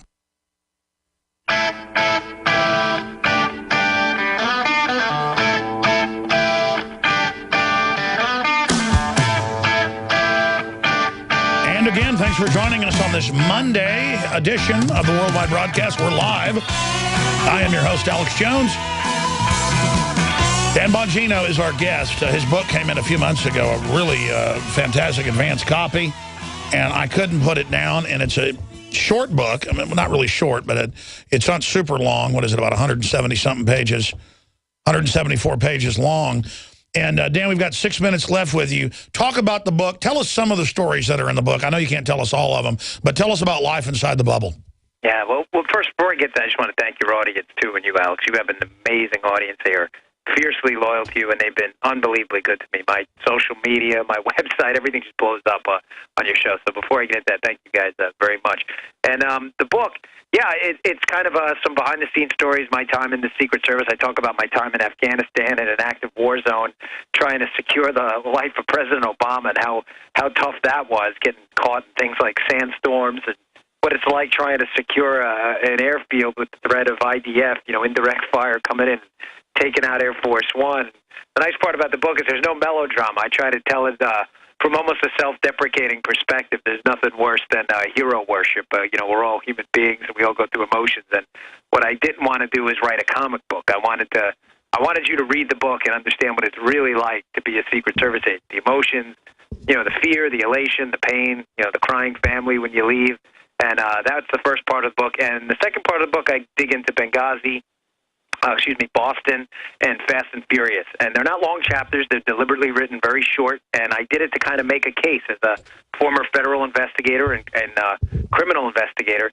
I wanted to almost write up an indictment, in my perspective, and just give you the facts. And you determine for yourself where you think everything went wrong. And I think after you read those 3 chapters, you'll have a very unique perspective, especially on Fast and Furious. I know I told the story the way no one else has. We've had a few really interesting articles written up on some major websites about that chapter specifically. So I love the book. It's gone really well. We were on the bestseller list on Amazon all week, and I certainly appreciate you and the audience and everything you guys have done for me. You bet. It's important to buy it at the bookstore as well because I know from being a publisher and putting books out, you make almost no money with Amazon the way they've got the market corner, but that's a whole other separate issue. We need to support people that are libertarian constitutionalist conservatives. The power structure has said, the Republican and Democratic leadership, they're scared of Rand Paul and Ted Cruz becoming a model for people like you to get into Congress, because then it's game over. We can go back to basically 1950 2.0. Right. Like, keep the good things that have happened since 1950, but get rid of all the bad things and move forward with real Americana. I think that's the answer. Shifting gears with the economy, because last time you were on, I know Secret Service agents, first and foremost know about counterfeiting and the economy and how things are working. For me, the illegal takings, that's the big criminal operation, is shutting down his competition, letting corporations that give Obama money operate. For me, that's really racketeering. And I look at Obama, I see a criminal racketeer. And Ben Stein has now come out and said he's a criminal racketeer. I mean, call it like it is. As a federal law enforcement guy, out of it now, I mean, I'm not a federal law enforcement person, but I've studied the law and criminology. Hands down, Obama is a gangster. Well, I'll tell you this. If some of the activities they engaged in the private sector, you would have, without a doubt, you would have a very solid case moving forward. Andy McCarthy wrote a piece about that. He called The Fraud of Obamacare, where the FCC, Alex, would have you and I in handcuffs doing a perp walk right now if the stuff that happened with Obamacare. Now, you talked about the financial stuff. We haven't even dug into what the feds do. I mean, that's a whole other show we could do on how the Fed is just destroying the assets accumulated by over a lifetime by our seniors right now, and all doing it under the guise of helping us as they're kind of scratching your back, yet reaching into your pocket. Again, with the favors to the banks. I mean, Dodd-Frank was nothing but a sop to big banks. The great irony being the top 10 banks in the country, Alex, had 55% of the assets in the class before Dodd-Frank. So you're supposed to break all that up. So you figure, they have much less right now. Dodd-Frank did that. Now they have 77%. So what a sop to these big. I mean, it's disgusting. It's like a big Exactly. And they politically, the big banks funded Gen 21 to make us poor. So we're so poor we can't politically ever challenge them. And in closing, now the Financial Times is reporting that they're going to start charging you to keep money in a bank. That's how devalued they've done with the QE Unlimited. That's what you're getting at, right? Oh, gosh, the QE, what a... folks, I have to tell you, do you think the tax rates are a problem? I would almost accept a tax hike to get rid of QE. That's how desperate I want to get rid of QE, because QE is the most devastating tax hike of all. Everything you have, everything is worth less because it's all denominated in dollars. Dan, it's so refreshing to talk to somebody that understands economics, not some lawyer in Congress. You've got to get into Congress. 10 seconds. How's the congressional run going? Oh, couldn't be going better, man. Thanks for your help, too. You guys have been great. Well, you got to promise to come on once you're in Congress. You got it. You heard it on the air. All right. God bless you. Love Congressman Bongino. Thank you very much. See you, Alex. We'll be right back. We're on the march. The empire's on the run. Alex Jones and the GCN Radio Network. Strategic relocation is a systematic way to think strategically in the future about how do I safeguard. Renowned author and expert Joel Skousen. The U.S. isn't building huge underground bases and bunkers because of some terrorist threat. They know that a massive nuclear attack is coming. They want that attack to come. Joel Skousen is renowned as one of the world's foremost experts in strategic relocation and the securing of your home. What I tell people is that you do have time. We talk about natural disasters, the health environment. We talk about pollution, the water quality. My personal experience about being in every one of these states, most people won't even be ready and won't be able to get out of town because there'll be absolute panic. There is no preparedness without strategy. This Christmas, give the gift of preparedness. Strategic Relocation, the film, with Joel Skousen and Alex Jones. Available only at InfoWarsShop.com or by calling 888-253-3139. In the last 50 years, iodine has been phased out of our staple foods and replaced with the halogen bromine, a practice now banned in nations around the world.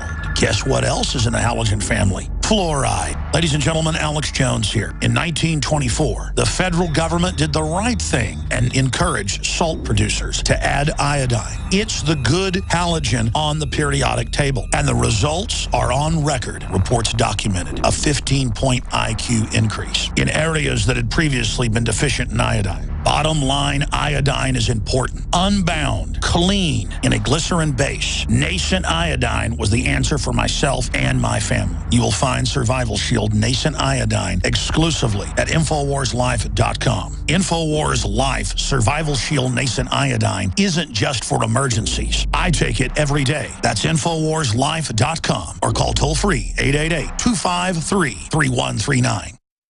Alex Jones here. And I want to tell you about a longtime friend of the show, My Patriot Supply. As you might remember, this is the company that stood up to the DHS and exposed FEMA's secret plan to begin hoarding emergency survival food. It has always been my belief that it's key to stand behind companies who share the same values as their fellow patriots. My Patriot Supply brings us their exclusive Patriot Pantry brand, along with many other fine preparedness products. I personally store and use their high-quality products. It tastes great, and it's easy to store for up to 25 years. For a limited time, you can save $50 instantly on a 4-week supply of food, along with other special offers. Visit mypatriotsupply.com/Alex today. With the New World Order making rapid advances on every front, it is essential to prepare with My Patriot Supply today.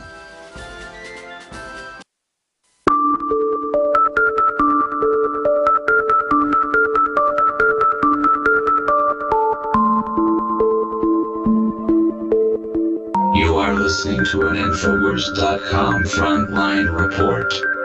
If you are receiving this transmission, you are the resistance. By the way, I can call up most most Republican, libertarian-type Congress people and get them on the show. And they're not even really that popular of guest on the show. So I'm not trying to get people like that on for so-called ratings. You can get good information from them. But Ron Paul's somebody I can pretty much get on whenever I want to. I can get Rand Paul on as well, but I happen to know it creates conniption fits for me to pull strings to get him on. And the last time Rand Paul was on, earlier this year, that'll be like January or something, he called us and said, why don't you ever try to get me on? And I said, well, we've called a few times. They don't give me the message. And again, there's always camps in these politicians that are mainline Republicans working for them who are like, don't go on that show. That discredits you. They still think that the mainstream media has power when the White House-run MSNBC goes, look, Rand Paul goes on the Crazy Man show. And so I don't even attempt to get Rand Paul on. I was making the joke to Bongino, because I guarantee you, once he gets into Congress, hopefully, if there's not election fraud, because he's very popular, and you see why, he's very well-spoken, very smart, that there'll be people saying, don't do that. But what we need to do as a population is face the reality and get radical, because we're facing radical tyranny. They're saying we're radical. I'm not radical. I'm radically informed. I'm radically angry. I mean, we do real research. We know what we're talking about here. Most radio shows, even financial ones, they can't even have a financial discussion at the level that Bongino and I were just having. And that's just 101 stuff, folks. I study financial stuff probably 30 minutes a day. And you're like, well, that doesn't sound like much. That's more than most people do, folks. I mean, I spend a good 30 minutes, sometimes an hour, sometimes longer, really doing research, talking to all the experts. I'm getting educated here on air every day, talking to these people, too. I spend 3-4 hours a day on air focused. And I really know how things work. And by the way, here's the big secret. It's not a secret how things work. The pundits get up on the mainline shows and don't tell you what's really going on because they would lose their jobs if they did. Dylan Radigan gets up and goes, foreign banks and offshore corporations are above the law. They're extracting us down to nothing. We're being made poor on purpose. It's a criminal plan. I'm sick of it. We have no future. Both parties are run by them. What are we going to... And they're like, we're not renewing your contract. Get out of here. Radigan got back with us. He's traveling overseas. Says when he gets back in a few weeks, he'll come on. I don't know why I ever thought to try to get him on. But the point is that we need everybody to act like Dylan Radigan and get upset. When the reality is radical and sensational, you tell it. But the criminals are so radical, it's like, well, it's not polite to say what you're doing. You know, it's kind of like you catch the neighbor doing something horrible, and it's so horrible what they're doing, the instinct is not to report it or not to do something about it. It's like the opposite of the snitch culture. The opposite of the snitch culture can also be bad as well, because unless you go over there and beat your neighbor's brains out, you're not letting justice be served that that they're, say, molesting their children or cooking methamphetamine in their bathtub and beating, having pit bull fights in the backyard or whatever. Man, there was some guy yesterday, I was on the hike and bike trail, and I see him walking, and he smiles at me with an aggressive look and had a mean pit bull and most pit bulls I know are nice, that came over and was actually menacing me. It looked like eyes like a person. It was like, and I said, God, help me not blow up. I'm just going to walk a little bit towards it as it's walking towards me around this 20-foot wide path. And then the dog kind of gave me a looked so smart. I know pit bulls aren't supposed to be smart, but it's just a really weird-looking dog. And they kind of like, and then turned away. But it came over to menace me. And then the guy just kind of looked at me, and I wanted to beat his ass. Right there. Because, I mean, I've got a Chihuahua, 2 French Bulldogs, and a Lab. If you like mean dogs, that's great. Keep them on a leash and don't menace me with them. There was a woman, I've told this story, coming down the hike and bike trail like January 2nd of this year. The reason I know is a few days later I went on Piers Morgan. I think it was like 2 days before I left, maybe January 5th or something. The point was right before that, and I was jogging, and I finished jogging, hiking back up this big hill out of the gully. And they had 4 German Shepherds. And I love dogs. And they came snarling. I heard snarling and barking up the hill. They'd done that to somebody else. And it was cold weather. They were in a good mood. And they came snarling and like running towards me. And if I would have run, these dogs would have chased me down and bitten me. So when they got within 10 feet, I went, get out of here, get out of here. And this woman's husband bows up. He's a big guy. They're like 100 yards, 60, 70 yards up above him. And they're like, hey, man, they're just, they're just barking at you. And I'm like, no, your dogs are snarling. They're acting aggressive. If I would have run from them like most people would have done, they were going to attack me. I go, put them on a leash. And then the guy got in my face, and I said, man, you're totally in the wrong. I said, go ahead and punch me. And I was going to bash his brains out, folks. And I mean, my whole thing is I'm not looking for trouble, okay? But it's like with government and all the rest of it, what is your problem? If I had a bunch of mean German Shepherds, I wouldn't have them off a leash out in the middle of nowhere, messing with people. And I still see those people sometimes, and they like bug their eyes out and walk by with a cell phone. Oh, God, I got to get off. It's Alex Jones. And they're like, ugh. And it's just like, man, you're the one that menaced me. Your dogs ran up growling like they wanted to attack me, and then I got upset about it, and then I was a radical. And I was thinking of that again this morning, how that's how they act. When their mean dog runs up to you, and you go, get out of here, and yell at it meanly to a predator. It's what you're supposed to do to a bear or a dog. And then I'm supposed to let them menace me and get scared, and then they're on an ego trip. No, all that's going to happen is you're going to end up going into the hospital. Or maybe you're really tough, and I am. Doesn't matter. Somebody's going to the hospital. But 9 times out of 10, it's going to be you. And I don't even know why I'm getting into that. I just start thinking about that dog. And it's the same thing with the government. You're pushing us. You're in our face. You're growling. You're wearing black uniforms. You're putting all the surveillance stuff in, calling it a battle grid. You're huge armored vehicles, helicopters, war. You've stolen all the money. And then you're just bowing up to me. And, man, I'm not getting scared here, folks. I'm scared that I'll do something I shouldn't, and then I won't play it smart and defeat you. And that's why I'm going to use my cerebral cortex, and I'm not going to be an animal about this. The problem is I've got a powerful political brain and a elegant brain, like all of you do as well, but I also have a big, mean, savage brain as well. And that's the problem. But it's also the solution. We have to get savage politically. We have to get aggressive. We have to get no holds barred, or we're going to be overrun, folks. If you run from a big, mean dog, it's going to bite you on the butt if you're lucky, or worse, a pack of them, they're going to attack you. That's how people get killed, and I've told this story 20 times. I'll tell it again. I was reading some story about a woman killed in a park, I think it was in Canada, by coyotes a few years ago. And it was a pretty good-sized town. It was a park during the day, and no one was there. And she, like the movies, saw a pack of coyotes, fell down and began crawling. And because I know, because there was actually some witnesses drove by, and they were too afraid to get involved. And so the dogs went, well, that's prey. Even prey would run. She'd seen all the movies. You're supposed to, crawl backwards from the coyote in fear. Whereas if a pack of coyotes ran by many times out where I live in the country, you'll see them run by, and I mean, they're absolutely scared of you.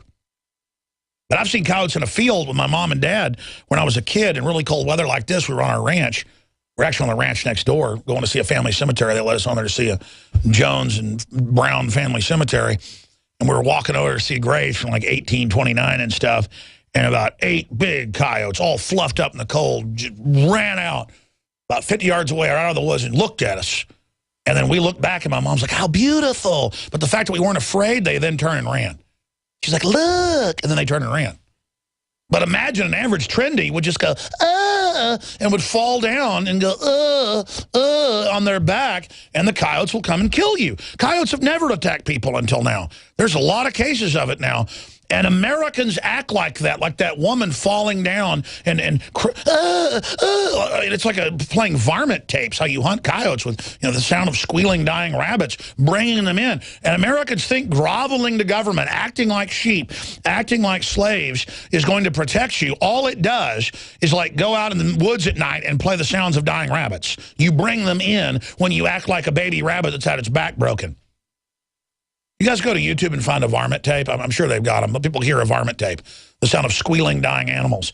It's a horrible sound. But the point is that that's the new sound, not of a sheep. Obama, Obama.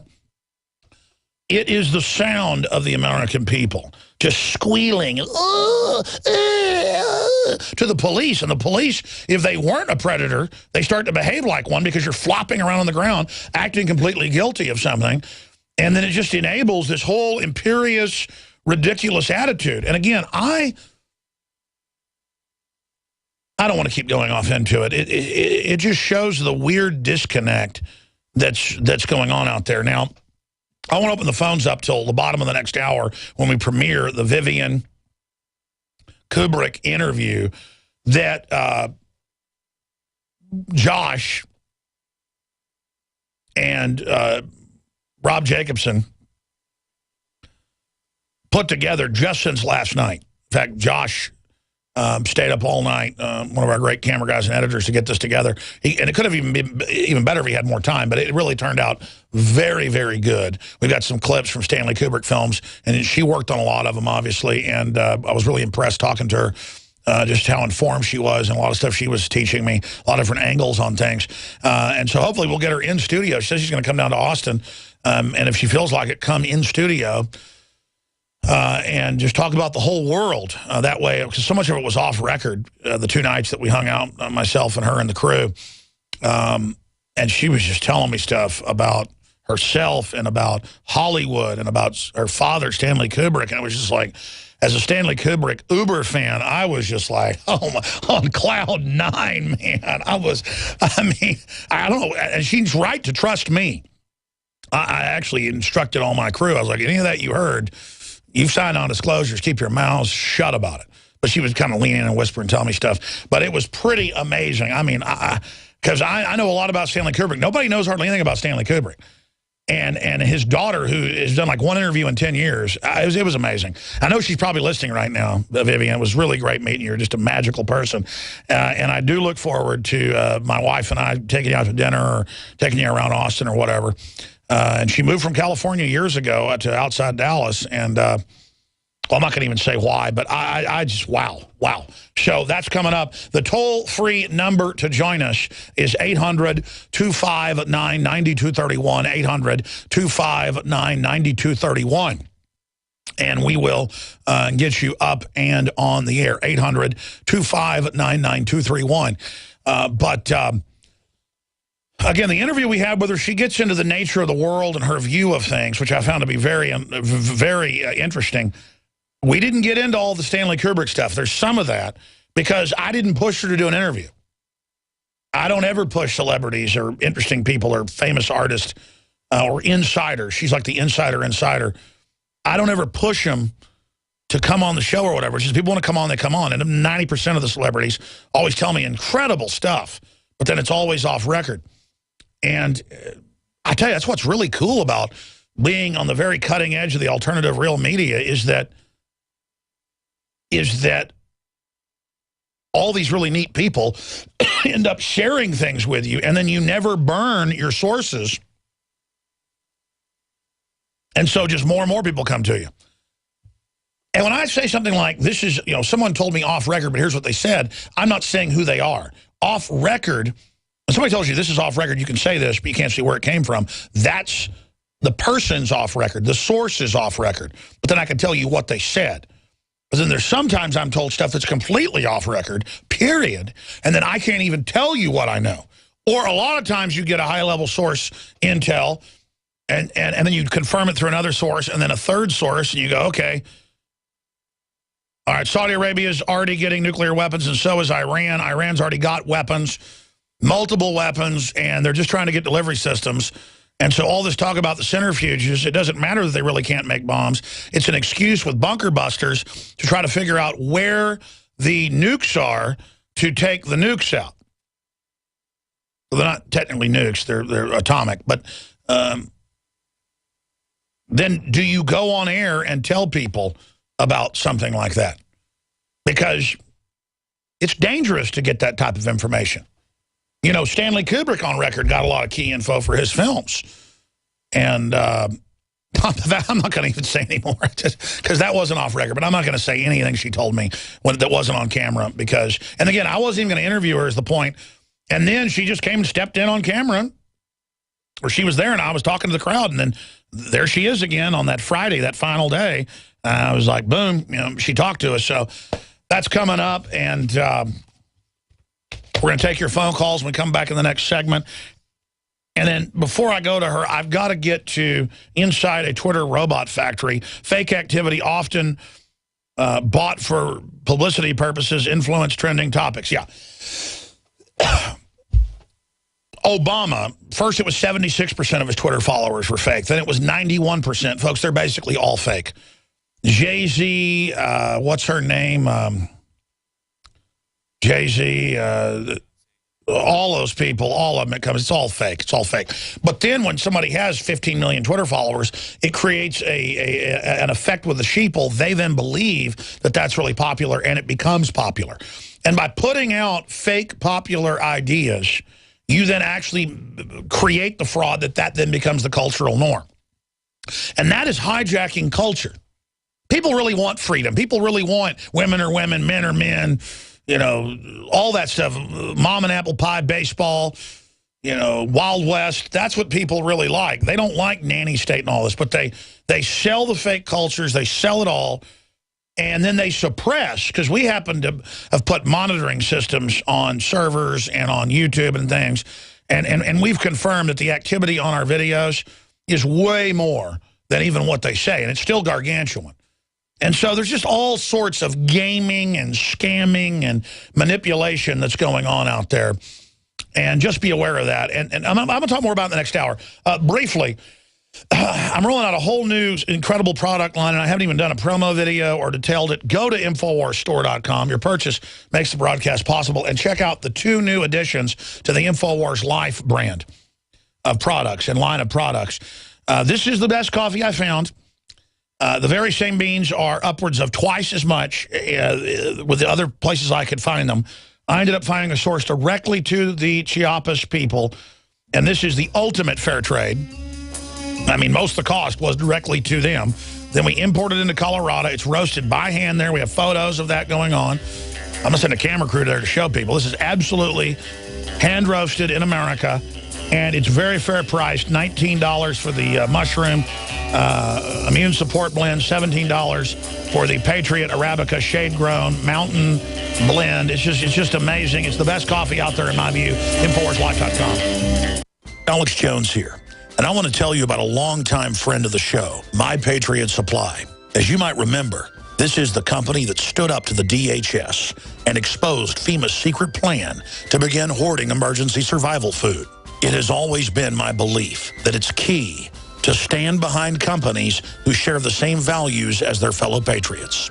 My Patriot Supply brings us their exclusive Patriot Pantry brand, along with many other fine preparedness products. I personally store and use their high-quality products. It tastes great, and it's easy to store for up to 25 years. For a limited time, you can save $50 instantly on a 4-week supply of food, along with other special offers. Visit mypatriotsupply.com/Alex today. With the New World Order making rapid advances on every front, it is essential to prepare with My Patriot Supply today.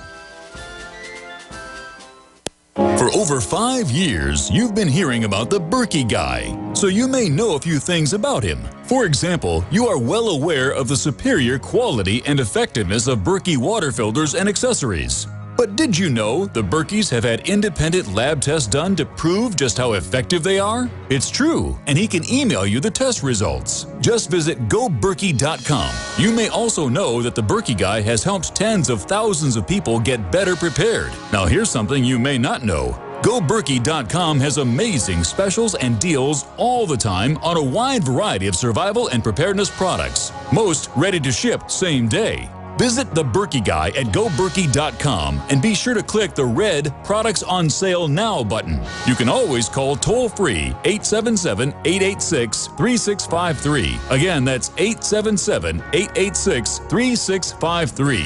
GoBerkey.com, home of the Berkey Guy. When you're out on the road, the last place you want to be is on the road. But if the unfortunate happens, you'll be glad you were wearing diamond gussets. There's a place down in Tennessee where they make blue diamond gusset jeans. They so pride in every stitch. Guarantee you love the way they fit. They put a diamond gusset in the crotch where you need it most. Blue diamond gussets got it, others don't. We turn jeans inside out. Diamond Gusset Jeans. Made in the USA with unparalleled quality. Our Defender motorcycle jeans combine gusset comfort with Kevlar protection, so you can ride all day with confidence. Order yours at gusset.com. Diamond Gusset Jeans got it. Others don't.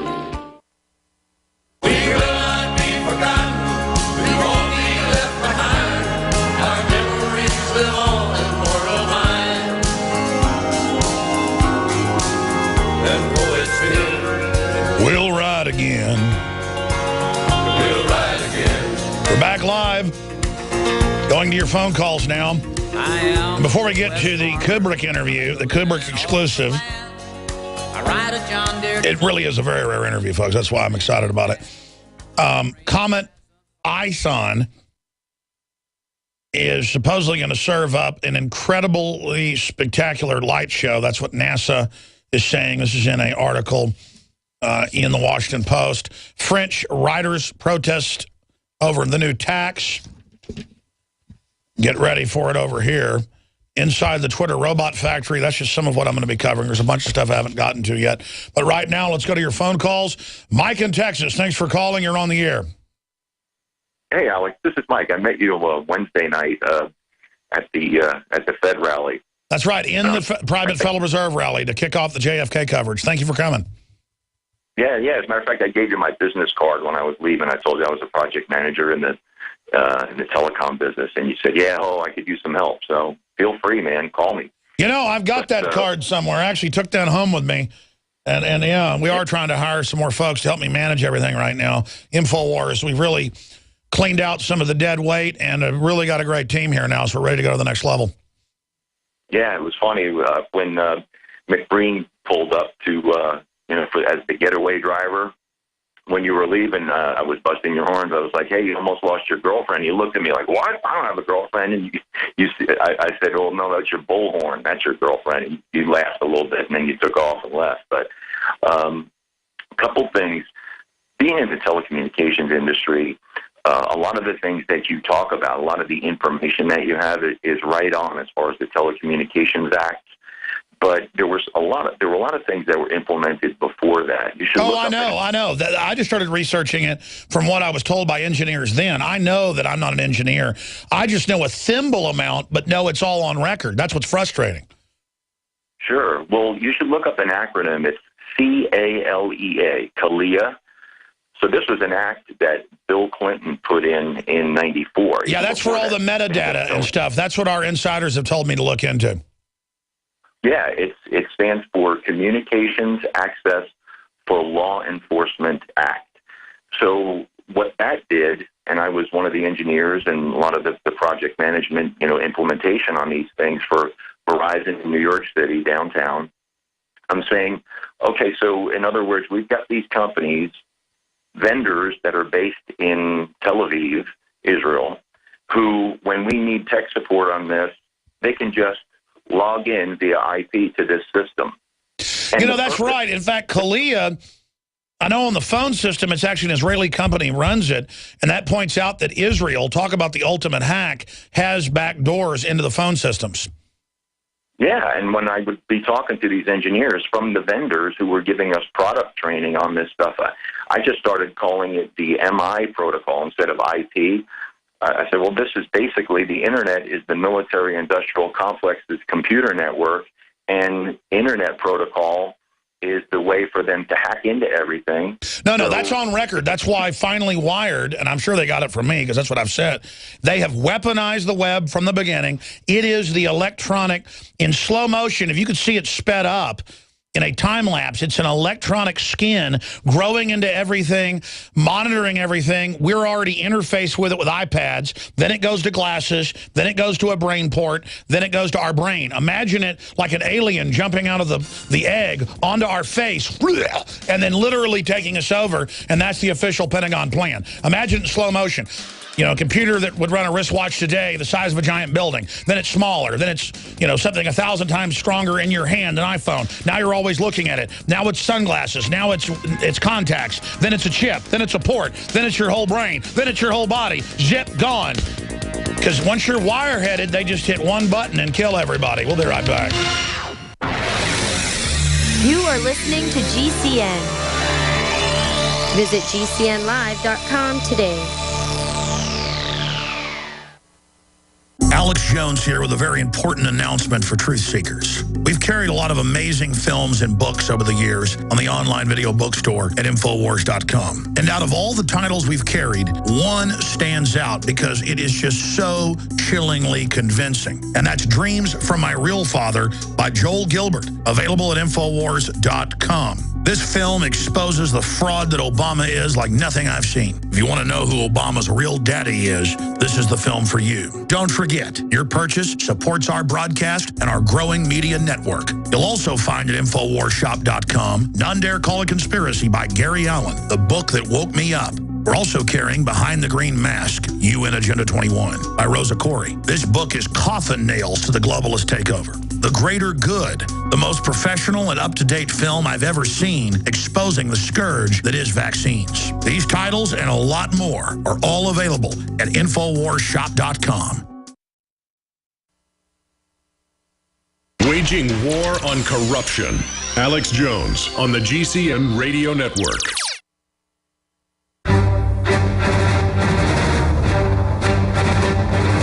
Big Brother, mainstream media, government cover-ups. You want answers? Well, so does he.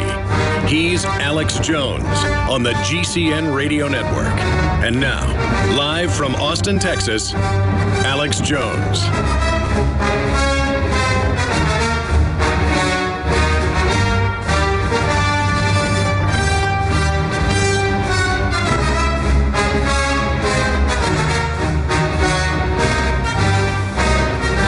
Yeah, this country is completely taken over. It's all a technological plan. Again, I've talked about this for a decade since I've read the magazine, sitting in a restaurant. It was by the bar while I was picking up food that I was reading MIT magazine and just said it's a technological skin. It'll track everything you do. And it's going to absorb humanity, and that's our plan. And then I go on the radio and talk about it. The New York Times comes out and says I'm insane. I mean, I quote Ray Kurzweil, and they say, I said that. And then it's like when they're saying it and they're saying it's a good idea to get rid of humanity and have us merge with machines, those that are left.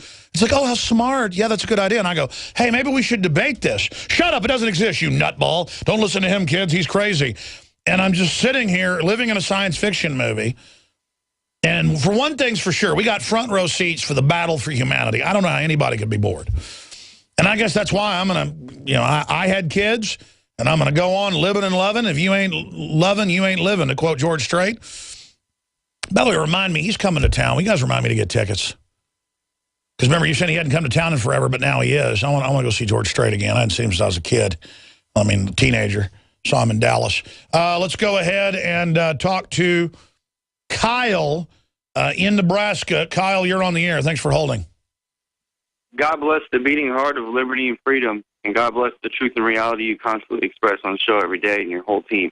Well, God bless you, brother. I wanted to talk about... Thank you. I wanted to talk about the, you guys came out with a couple articles from Seattle. One was in Israel. These were dating back a couple months, maybe 6-8 months back, talking about taking the fluoride out of the water and how they got something passed in just their town. How do we get a candidate, whether it be Democrat or Republican, to back taking the fluoride out of the water and to back taking the GMOs out of the Well, food? the best thing to do is to point out that the FDA, under lawsuits and under 90+%, I want to say 99, but it was almost all of their toxicologists, medical doctors, scientists, toxicologists that worked for the Food and Drug Administration and the Environmental Protection Agency. About 12 years ago, they did it. And then again, about a year and a half ago or 2 years ago, it was in mainstream news.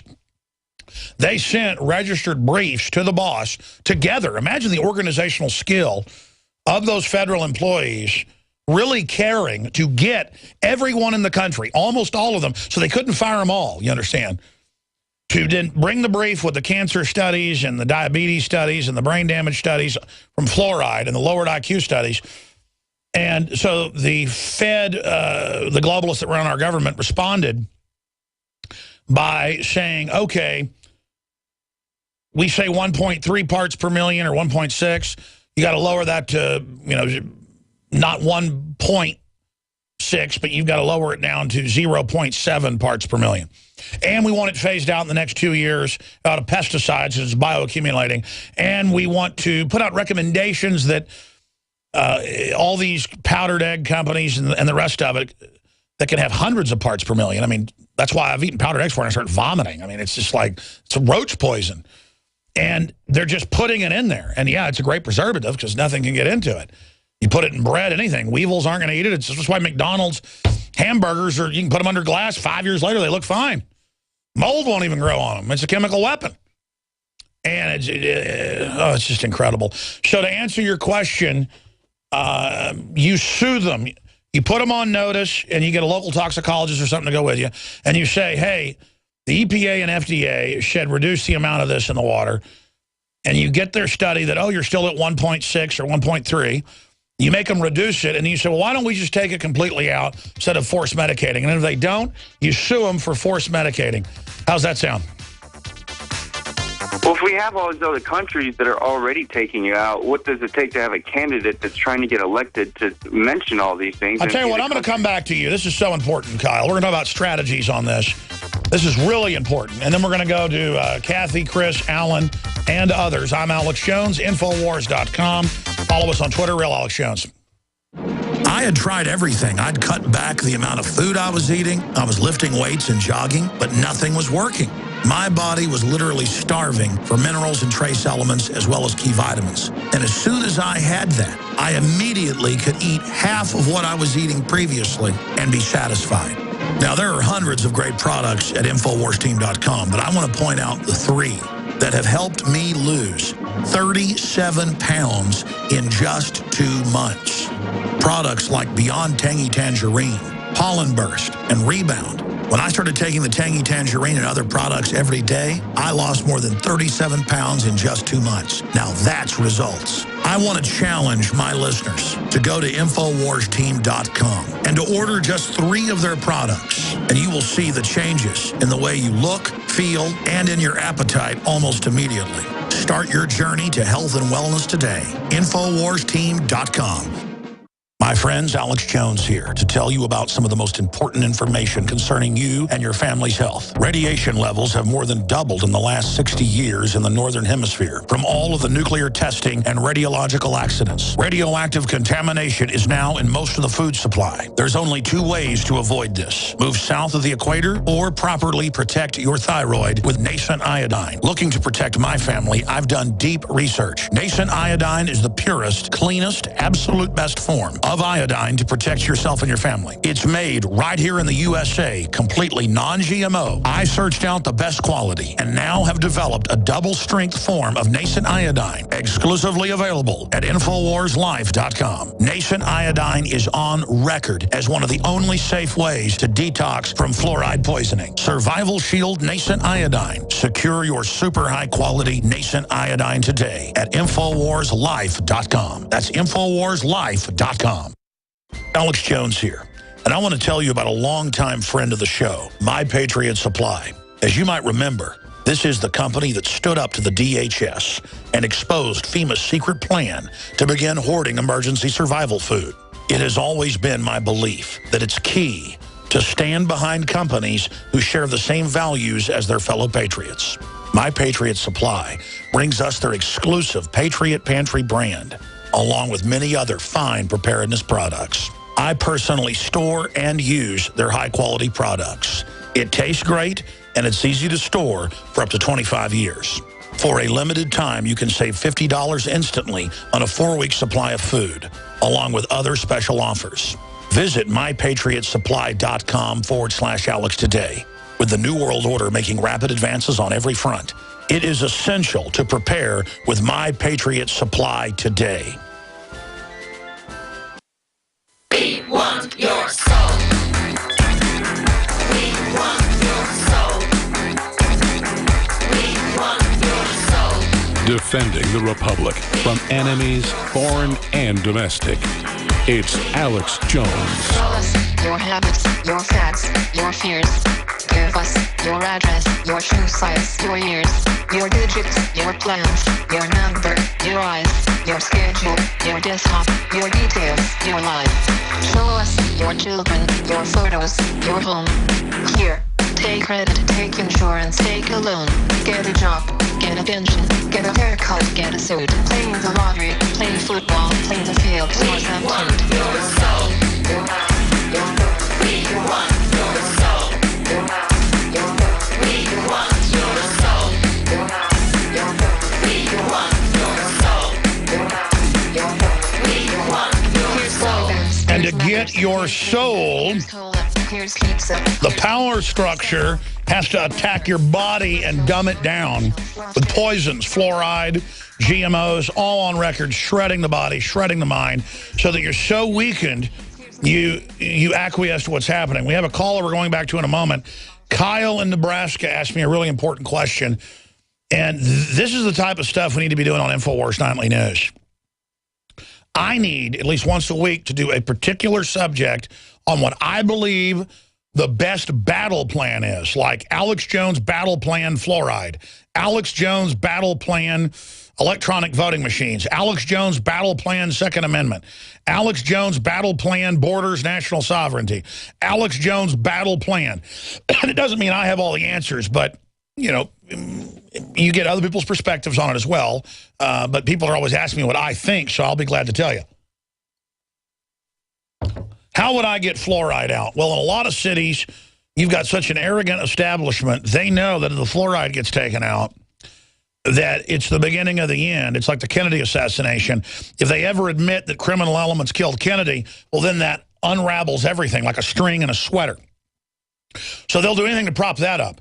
And hydrofluorosilicic acid, you do need some calcium fluoride. It's good for you. You need small amounts of it. It's in all vegetables. It's in a lot of meat, very small amounts, trace element that you need. Just like you need trace amounts of bioavailable arsenic, the type that's in an apple. It's actually good for you. Major studies on that. Look it up. But it's bound, and it's a very small amount, and it helps activate other things in the body, is what scientists, medical doctors, nutritionists have basically said. I'm not a scientist or medical doctor or nutritionist. I'm going off what is known science in the elites. Like if I wanted to live longer, I would eat a near-starvation diet of super high nutrient with a lot of trace poisons in it, and I would live probably 30% longer. That's on record. You eat plenty, you exercise a lot, you're great looking, you're super happy, but a little bit plump and stuff, you're going to, die when you're 75. That's why there's trees out in California that are multi-thousands of years old, and their brethren down in the valley, they get plenty of water and everything, live a couple hundred years, they live thousands. Up on the windswept crags with not enough water, barely surviving, they live a lot longer. They've got studies on rats. They can make them live 3 times as longer on their starvation diet. They've got studies on worms where they can make them live as much as 10 times longer, different types of worms. You can look that up, and it deals with the DNA strands and the rest of it. But the point here is, and you're like, what's it to do with fluoride? Hydrofluorosilicic acid is electrified. They've manipulated its structure where it's super highly active, bouncing around in your body, frying everything. And then other trace drugs, the fluoride is there, the hydrofluorosilicic acid, that's what it really is. The fluorine family, the electrified fluorine, the hydrofluorosilicic acid, is in there to supercharge all the other crap they're putting in the food and the water, the drugs. It is the ultimate. In fact, the scientists and doctors I've talked to say they know of no adjuvant that's better than hydrofluorosilicic acid. My dad took biology at UT, and that's all they talked about was hydrofluorosilicic acid, what an incredible adjuvant it is. That's why some drugs have hydrofluorosilicic acid in them, in fact, all the Prozac family, to then activate the other stuff that's in there. So it's the base drug that they put in the water to then activate to where very small amounts of other stuff will absolutely jack you. See, that's why, and I'm not doing a plug here, but I guess I might as well. It's time to take it. I didn't take it this morning. I forgot. Survival Shield, the nascent iodine. The nascent iodine is also electrically souped up in charge, and this particular patented type, I'm told by Dr. Group, and my dad's read the National Academy of Science, so I had him check into it before I even got into it. This is most nascent, we believe. We've had nuclear reactor tests, you name it. It's very hard to figure all this out, but we've got a big paper on it coming out soon with a bunch of scientists and lawyers, you name it. This is so proprietary, ladies and gentlemen. This particular survival shield, we believe, is a very special form, and it appears is truly unbound and high-powered electrical. Okay, and I'm just putting it in layman's terms. To go in and just strip out the fluoride and all the garbage. And I know it's really helped my clarity. I mean, it's amazing. Dr. Group is a genius. Okay, this has been around for 20 years, but nobody even knew about it. There's the other iodines out there, which you certainly need. I'm not knocking those, but it tastes like rocket fuel, and I've taken them. It didn't do the same thing. This is available at InfoWarsLife.com or calling 888-253-3139. But I didn't get into that because of that. I just started thinking, wow, I'm talking about the fluorine, hydrofluorosilicic acid, and then I'm not. And then here's the solution sitting right there. The real solution is get it out of your water. Here's an example right now.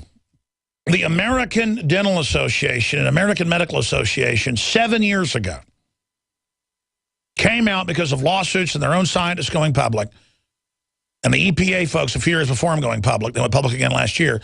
They went and they had it all in their paperwork, but the dentists still don't even know this because they don't read the paperwork. They said, no, it's true. Under 5, now they're saying under 7, just this year, do not brush your teeth with fluoride, do not swallow it, do not take the pills, do not take the treatments, and do not drink water that has it in it. So what do? They come out with baby water with souped up fluoride in it, which on record is a massive reduction in IQ. You give children this stuff when they're a baby, you might as well beat their head up against a wall. I mean, you might as well give them a lobotomy. I mean, it's basically a soft-core lobotomy. There it is. CDC and ADA now advised to avoid using fluoride. Now, you bring that in to the city council in a brief. You go visit all the council members first, and you say, here's the FDA and EPA forced last year by the vast majority of their scientists signing a paper and threatening to leave or sue that it's giving people cancer, brain damaging them, and causing dental fluorosis and bone fractures. Get it out of the water. So the FDA had to come out with the EPA last year and say, okay, phase it out of pesticide, phase it out of the water. You'd think that was a victory. That was in the New York Times. No. They're fluoridating more cities. They don't care because, of course, they're not stopping. You think they're going to let us remove the adjuvant that supercharges all of this from the food and the water so that they'll have to put mega doses in the water and the food to get us there? It's only turbocharging. God knows what else they're putting in. The Soviets, the Nazis, used pharma to control people. Now they're doing it through the stinking water and the food, okay? It's a fact. The Russians used it. The Nazis picked it up. It came out in the Nuremberg trial. They're force drugging us. And then I take the nascent iodine, and what does it do for me? It helps with all the environmental crap, helps strip it out. Oh, I just love it. You can go to, where, New World Order. I have the good fluorine, jackasses. And I'm telling everybody about it. You don't have to even get mine. Just go get one of the gourmet salts that has it in it. It's not like this, but it's good enough. Gourmet salts. Try that on. I don't even sell them. Get them. See what happens. Of course, Bloomberg says you shouldn't have salt. They want to make a law, the White House regulations are, Cass Sunstein, that you shouldn't get sun, and sun's bad for you, period. And then anyone that says you need sun for vitamin D is a liar. There are so many studies on record from Harvard, Princeton, MIT, British Medical Journal, that you've got to get at least 30 minutes of sun a week or you would basically die.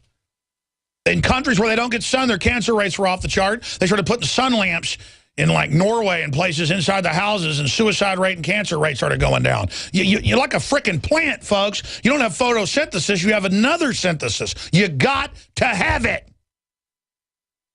And yes, it ends up burning your skin, and it gets into giving you cancer. But you'll die quicker if you don't. You're meant to go out there. You're meant to die.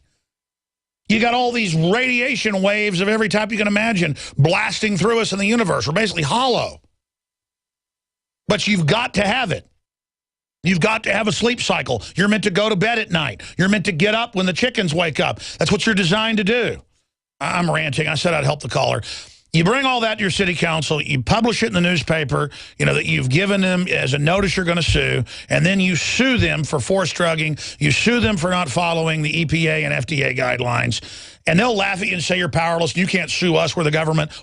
BS. It's all a mind game saying, that the emperor is wearing clothes when he's butt naked. Does that answer your question, Kyle? We have the evidence. We have the facts. We have it all on our side. You were asking how you get the cities to do it. You simply bring it all to the city council and to the mayor, and you keep bringing it to them, and you say, you come back at Citizens Communication every week, and you say, did you read the briefing? You say, okay, fine. I brought friends here to give me their time to read the briefing. You read the mainstream news headlines. You read the study headlines. You tell them what happened. You threaten to sue these stores. Listen, I've already been told by CVS and Walgreens managers. One of them came at me on video that's on the YouTube channel and said, yeah, we can't even sell it now because of you. Literally, people say, I want that off the shelves, and they won't buy it. Just from me talking about it mainly, and others, like Mercola and others, they're pulling it off a lot of shelves because we just won't buy it. Just warn everyone. That's a chemical weapon to hurt your baby. Doesn't mean the stupid manager knows that. He grew up drinking it. He's walking dead from it. Does that answer your question, Kyle? Yes, sir. Appreciate it. And I am currently taking nascent iodine. My mom got it for one. So she's got one, I got one. And I'm fine beyond taking tangerine very soon, too. God bless you, brother. Or just eat oranges, whatever. The point is that you need vitamin C. It's very evil. In the last 50 years, iodine has been phased out of our staple foods and replaced with the halogen bromine, a practice now banned in nations around the world. Guess what else is in the halogen family? Fluoride. Ladies and gentlemen, Alex Jones here. In 1924, the federal government did the right thing and encouraged salt producers to add iodine. It's the good halogen on the periodic table, and the results are on record. Reports documented a 15-point IQ increase in areas that had previously been deficient in iodine. Bottom line, iodine is important. Unbound, clean, in a glycerin base. Nascent iodine was the answer for myself and my family. You will find Survival Shield Nascent Iodine exclusively at InfoWarsLife.com. InfoWars Life Survival Shield Nascent Iodine isn't just for emergencies. I take it every day. That's InfoWarsLife.com or call toll-free 888-253-3139. It's been said, those who control the food control the people. Are you concerned about GMO foods making you sick and affecting your mind? Many people suffer from lack of energy, insomnia, loss of stamina, weight gain, and the inability to think clearly. Genetically modified crops, processed foods, and toxic chemicals can compromise your health and are silently destroying your digestive system, which accounts for 80% of your immune system. Take back control of your health with Pro EM1 Probiotic from Terraganics. Pro EM1 Probiotic helps protect your body against irritable bowel syndrome, constipation, Crohn's disease, celiac disease, diabetes, the common cold, and much more. And including a powerful probiotic like Pro EM1 as part of your daily routine puts you back in control and prevents you from becoming a mindless zombie manipulated by the pharmaceutical and GMO agendas. Call Terraganics at 866-369-3678 or visit Terraganics.com. TERAGANIX.com. We travel so much, and having a fake TV, well, it gives added peace of mind. Burglars look for houses that appear to be easy targets. But fake TV can fool even professional burglars into thinking someone is home watching television. As a recent widow living alone, it gives me great peace of mind to set my fake TV near a window and know that passing motorists and pedestrians will think someone is home watching TV when I'm actually away from home. Fake TV easily plugs into any outlet, just like a light on a timer. And they're so easy to use. You just plug them in and they're ready to go. Plus, they're so affordable that we have one upstairs and downstairs. Fake TV is only $29.95 with free shipping. Order your fake TV by calling 877-5-FAKE-TV or go to faketv.com. That's 877-532-5388 or faketv.com. Fake TV, the burglar deterrent.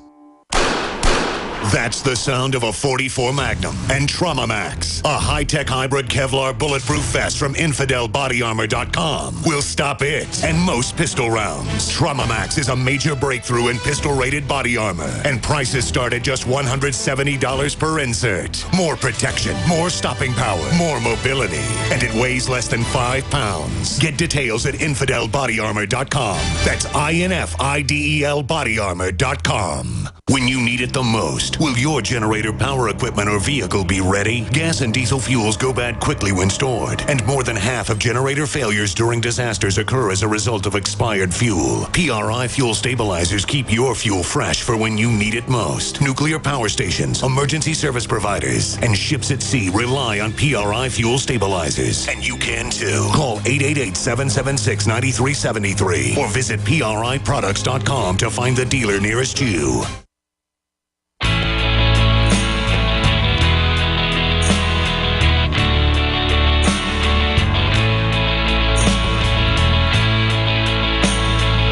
All right, coming up is our interview with Vivian Kubrick, and then I'll do a little bit of overdrive for those that are patiently holding. Kathy, Chris, Alan, Phil, John, I'll try to get to all of you. I appreciate you calling in on a whole host of subjects like CIA and terrorism, JFK protest, candidate for governor wants to talk. Folks want to talk about a whole bunch of stuff.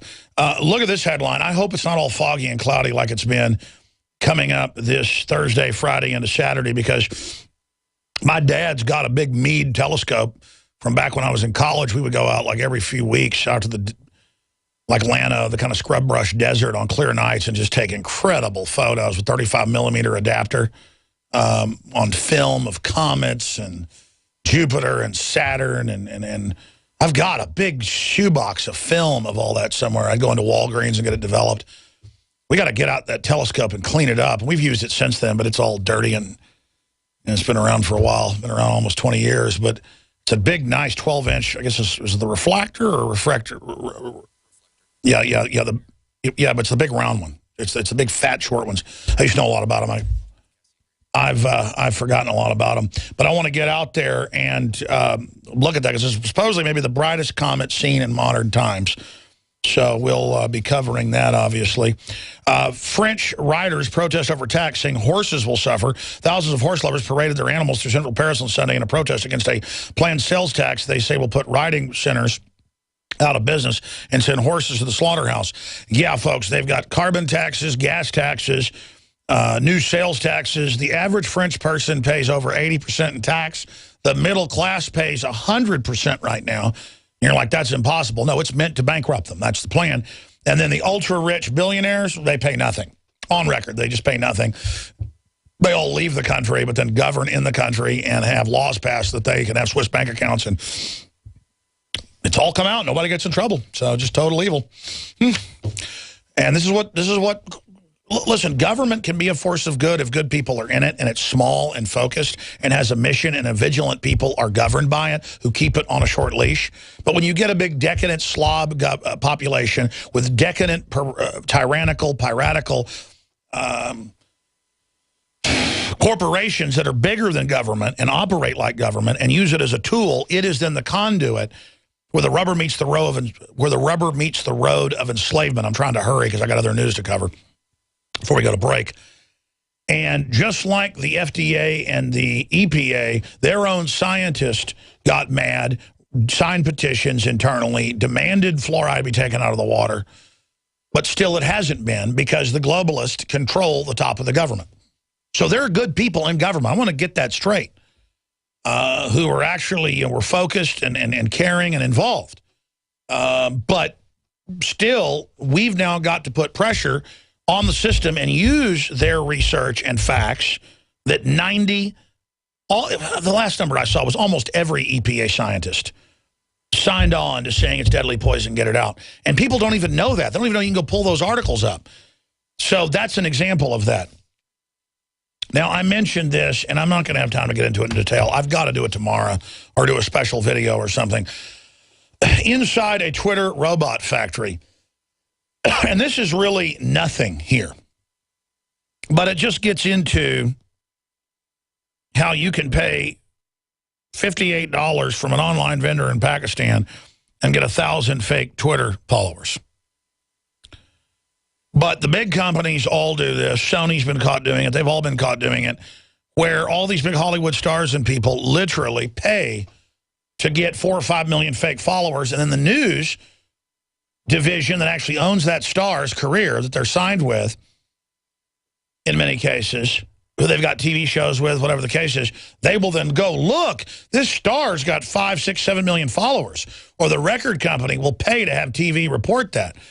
And so there's the headline. Barack Obama is political king of the fake Twitter followers of more than 19.5 million online fans who don't really exist. And that's it. You go to his YouTube channel, his videos have like 1,000 views. That's just because they haven't paid for fake bots. Now, we've gone and actually looked at it and found that we're actually getting more visitors and more views on videos. We've done this by putting it on a page, and then we have something that can track and see if you're actually clicking it. And we know more people are watching YouTube videos that we put up. We've done the test about 5 times in the test we did. We did another test about 3.5 times. So they've got like some governor on the Alex Jones channel. So I told Watson, I said, get a YouTube channel. Do the exact same videos you do on my YouTube, on yours, and see what happens. And they get 5 times the views. His average video is about 200,000. Ours is about 50,000. So that's how this works. And it's there, and it's all gamed, and it's all fake, and it creates the perception that they're the mainstream, that their ideas are dominant and they're popular, when in truth, they're all collapsing and falling in on themselves.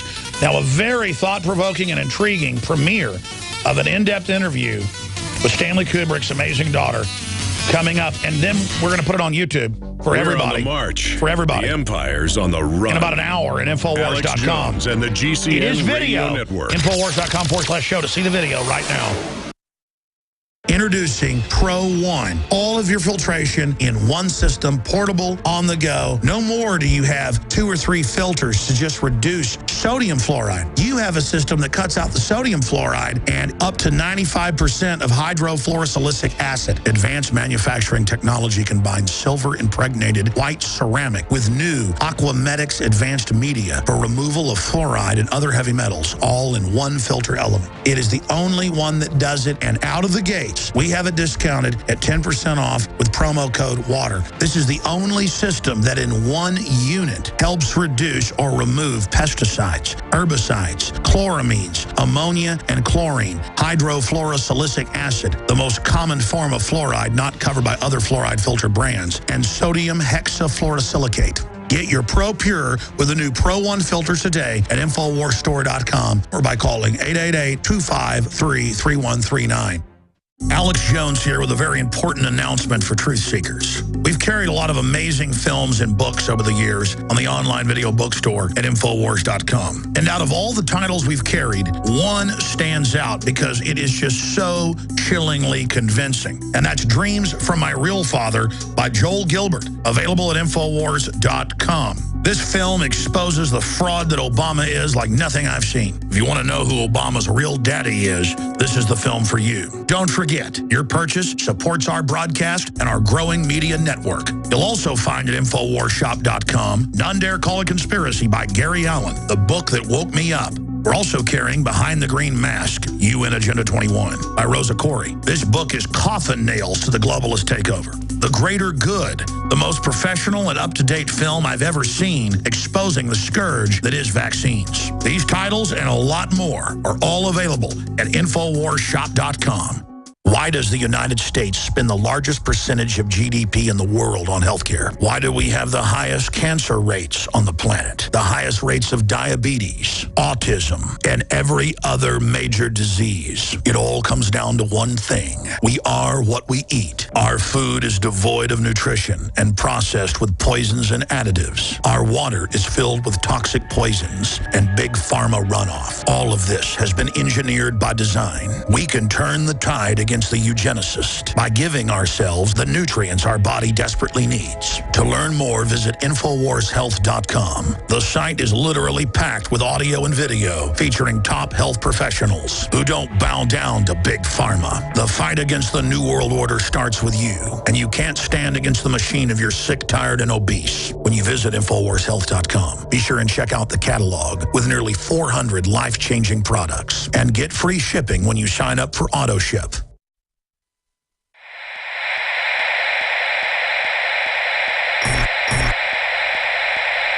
our interview with Ms. Kubrick. My name is Vivian Kubrick. My father was Stanley Kubrick.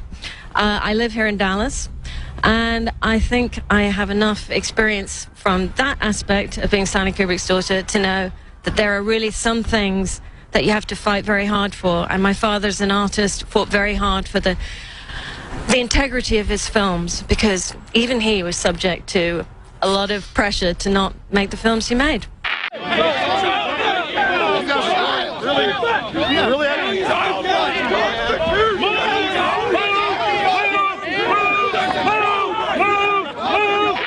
I would say 3 different sheriffs came up and they, may I demonstrate on you? They went like this.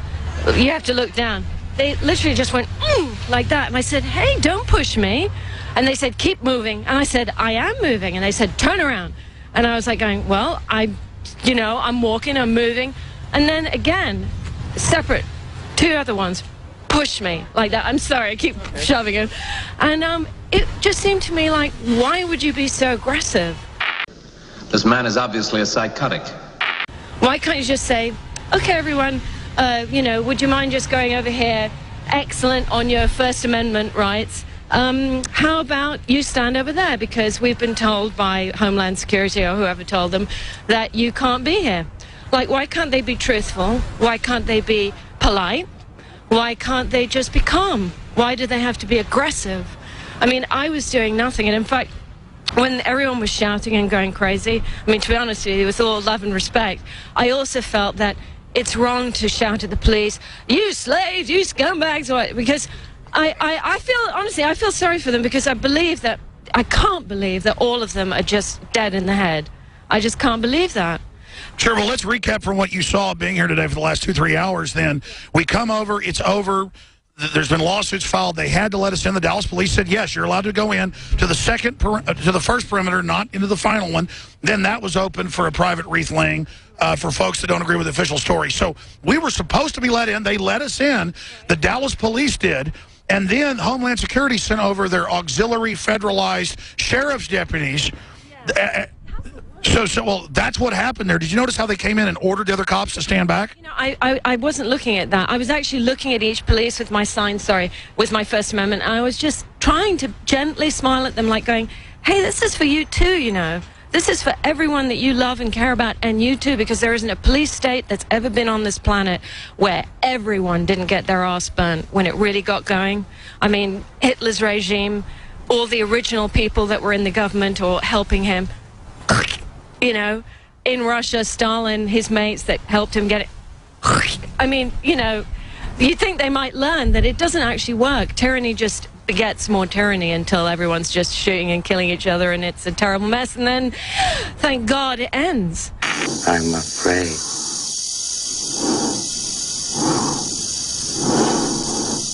I'm afraid, Dave. And I personally, I'm just desperate for the things that are beautiful and wonderful and exalted about the American people. It should reign in this country again, instead of the incredibly obvious criminality that's going on here. I mean, it's like, you know, you'd have to be deaf, dumb, and blind to not see what's happening. So I'm just really proud of everyone here. I don't agree that all the police are slaves. I think that they're under incredible pressure to behave. Peer pressure. Yeah, to behave in a way where I believe that at a certain point they're going to stop behaving that way. And I don't know what'll happen then. I guess the National Guard or some other lunatics will come in and kick our heads in. But, I mean, you know, okay, bring it on. But the change must come.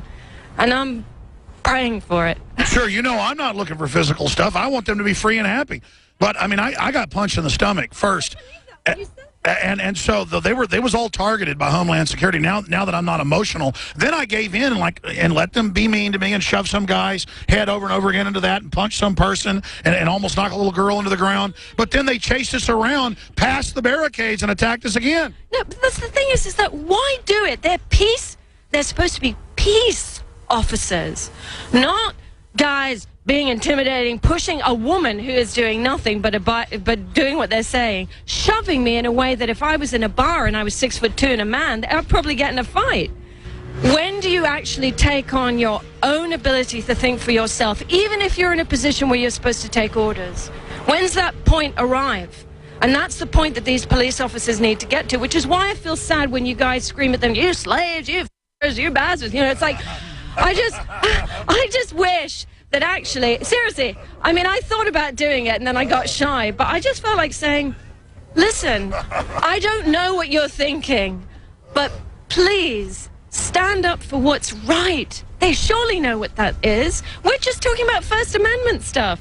Well, by the way, the Dallas police, when they came over, were like, what are you doing? They told them to let them in. And the point was that was ordered by the feds, yeah. That's just crazy. Federal building's right there. Crazy. Well, anyway, listen. Here's the top police. Here, hold on. Hey, just the guys I want to talk to. Sir, what's your name? Where do I file about the sheriff's department that was here? Oh, come on, you can talk to it. Come on. Because we can't go. So the sheriff's department's in charge here? Because they assaulted us when the Dallas police let us in. We were supposed to be let in. As you know, sir. Oh, come on. You can talk to... Don't defend them. You're not ignoring us because we're... You're in private property. Silence is complicity. Oh, private property. What is this, city property? Well, you're on private property. The imperious nature. I don't know who that guy is. Private property. The Dallas Police Department is private property. Can you hear me, Alex? Masters. Can you hear me, Alex? Yes, David Knight. I got to say, when I'm watching this on television, one of the things that has really been making me angry all day is the attitude we just saw from that cop you tried to talk to. And this is going on yesterday as well. You walk up to them, you ask them a polite question, they just ignore you like you're not even there, like you're treating you like you're trash. Exactly. It's that kind of arrogant attitude, and that's what's behind all this stuff. That's what we've been seeing. I'm not surprised at all to see these guys come out and attack you. They don't treat you with any respect. They have no respect for the public. I agree. Finishing up your point, I'm sorry I broke that off when they walked by. David Knight, my co-host, was just pointing out the imperious nature. I was very polite. I wanted to say I was assaulted, and he literally knew about it because I saw him looking at us out the window all day and pointing at me and, you know, waving when he was up there. That same police officer, the guy with 2 stars on his thing, means he rules a third world country. But the point... No, I know. He used disinfo. He said public parking just to get me to leave him alone, like I wasn't allowed to be there, and then shoved my hand away. Wait, I got to ask you a question, Alex. Sure. Why do you think they are frightened of talking to you? Because that's clearly what that is. That's fear, inhibition, unwillingness to communicate. What's that about? Why are they? I mean, maybe that's not a question you can answer, but... No, I know why. Because they're in such a controlled culture of compartmentalization and being dominated. They just are in a position where they can dominate people under them. They get dominated from above. It's all hierarchical. And... Right, but imagine that you say to him, could you explain to us why the following, whatever your question might be. Why can't he stand there? He is a public servant. He is a peace officer, right? A peace officer, a servant of the public. Why can't he communicate with you? That's because they've put military occupation rules in where no one's allowed to talk but the public spokespeople, so it dehumanizes them. Just like they tell soldiers now, even when you're off duty in civilian clothes, don't be political, don't say what you believe in if you're against the war. Even though as a citizen the law says you're allowed to, they intimidate. Freedom of speech, even for them. What's That's right. That? Well, here, tell us. Well, no, I mean, I just, why don't the police have freedom of speech? Why can't they offer their opinion? They're individuals, they have individual rights. Why should they be dominated by hierarchical instruction? Now that, to my mind, if they're peace officers, if they're public servants and citizens, they should be permitted to give their opinion. So who is it that's forbidding them to speak? Honestly, I just think that they're frightened to speak, probably because of what you were saying, that they have just an incredible peer pressure on them, or more like an officer ranking pressure, where they are told you are not allowed to talk about this. I don't see why they shouldn't. They're citizens. They have every right to speak. Their police, as individuals, should not be shut up. Why should they? Well, I mean, you talked about it throughout history, what happens to countries when these police states come in tyrannies. It just gets worse and worse. In fact, I'm going to steal that quote. tyranny begets tyranny. I'll give you credit if you want me to, but or I'll sit there and take the credit and say I came up with it. I'm joking. But the point is that tyranny begets tyranny. And then it just spins out of control. Thank God, excuse my expression. Because then otherwise we'd be just under permanent tyranny. But tyrannies always end, not before there isn't a great deal of suffering. And I'm just hoping that through technology, the internet, the incredible, wonderful, good work that you guys do, and other, you know, independent newscasters and individuals who talk about this and try and do things on a very grassroots level, I'm really hoping we can circumvent what seems to be almost a turnkey totalitarian state that we are just, I mean, doesn't Obama just have to call martial law and then that's it? Well, he's already doing most stuff by executive order outside of Congress, and they've put in the internet kill switch, the total surveillance grid. They call the spy systems they've put in the battle grid. What's it called, David? You were reading it today? It's called the BattleNet Inside. BattleNet, yeah. And it's battle with us. It's not battle with criminals. They all skim the money off the top of that. I mean, it is just incredible. I got to say, Austin police are not anywhere as arrogant as these guys. And Dallas police aren't as bad as a lot I've seen. But, man, I tell you, Dallas citizens need to start acting like humans around the police because it's really gone to their head. I mean, a lot of these cops, some of them I can tell are listeners and wave at me and stuff, but some of them are serious mental patients. Can you imagine just walking around in a uniform feeling powerful because you're part of a power structure? Well, I think, you know, unconsciousness is something people really need to understand. I think, you know, people assume that everyone is fully in their own skull and present and attending life, but I think a lot of people are so profoundly disengaged, so out of communication, that they really just fall beneath a certain level of awareness, so that I don't think they're capable of actually seeing what's going on around them and making a choice for themselves that they should do a certain thing. In other words, a good thing. So anyway, that's my own. And we were here an hour ago being attacked, and here we are now, it's all opened up. But they were supposed to open it up, and then they were just waiting for a call, even though it had already all been decided. We were following what was agreed upon. One of the head cops called and goes, yeah, that's true, let him in.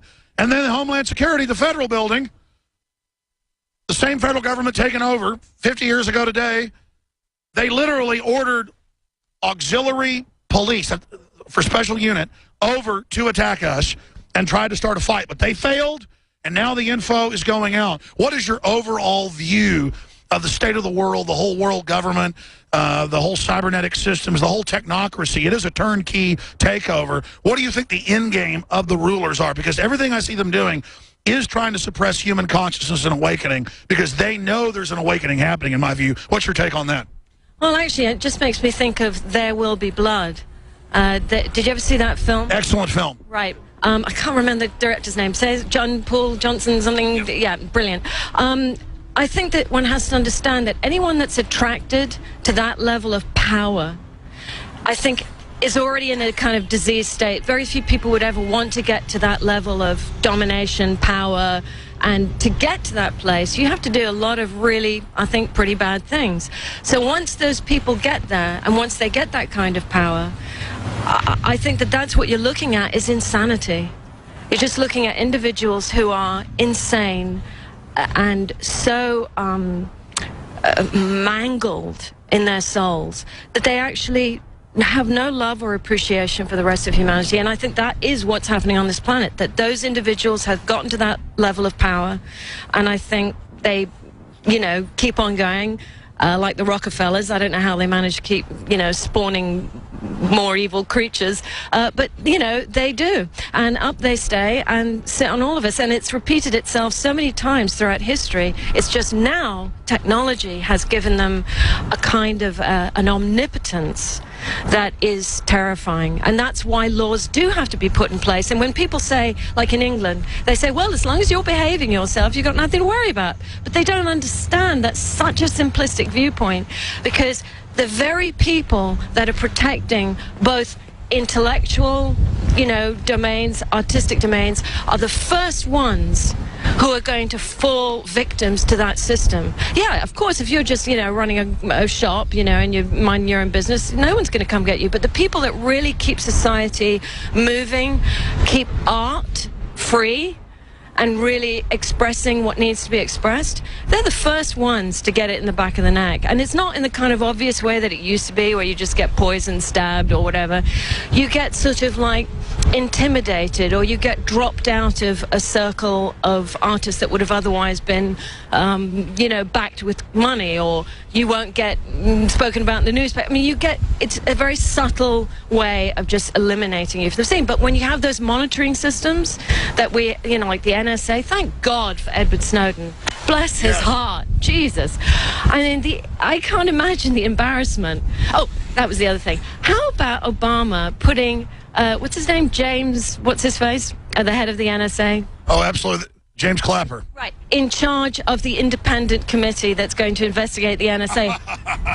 That's like having Hitler over Nuremberg, but expanding on those key points you're making, because you're really on target with that. The bad guys want all the intel so you can't expose their criminal operations, and they use the intel on you, like Google sells the data it's come out to all the shops online, so that when you go to a shop, they know you have more money. The cookie shows it, the prices are higher.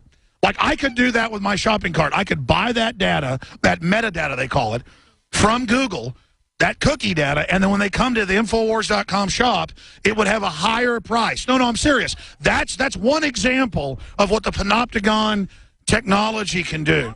What did you say, panopticon? It's a French term, you know, for the around prison, and then they would have a tower where the guards could always watch you. Panopticon, panopticonic. Oh, well, I think the crucial thing is that we have to, as individuals, really, really support the Constitution, because that is the most unique.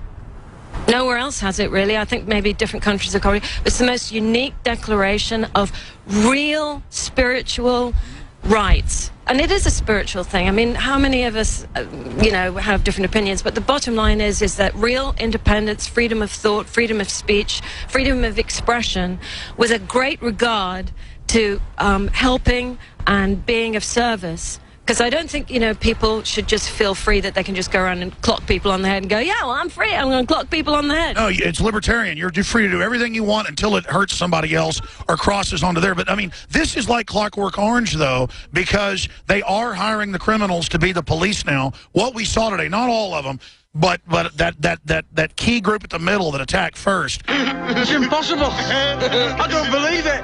A job for two who are now of job age. The police. You know, I have to tell you, I just felt really sad when I saw them turn up. I just thought, really? It's going to come to this? We're talking about the First Amendment? Actually, I want to just say, is there was a New Zealand TV lady that was there yesterday, and I stood behind her with my sign with the First Amendment. She said, "Don't stand there. You know, you're blocking everything." And I said, "Well, I'm just stand back here." And anyway, we got into a little thing over it, and she didn't want me to be in the picture with her. And she said, "Look, I'm not having some lunatic stand behind me with a sign." I said, "Lunatic?" I said, "I'm defending the First Amendment." You know, it's like the assumption that to be out here expressing yourself is an act of lunacy. I would say that's a pretty good indication of how totally distorted reality has become for the people who are supposed to be defending truth. Right? Reporters. Sure. I mean, I know you've been interviewed before by the media. You're obviously a famous filmmaker in your own right. And I love that score that you did on Full Metal Jacket. That's my favorite ever. That's so haunting.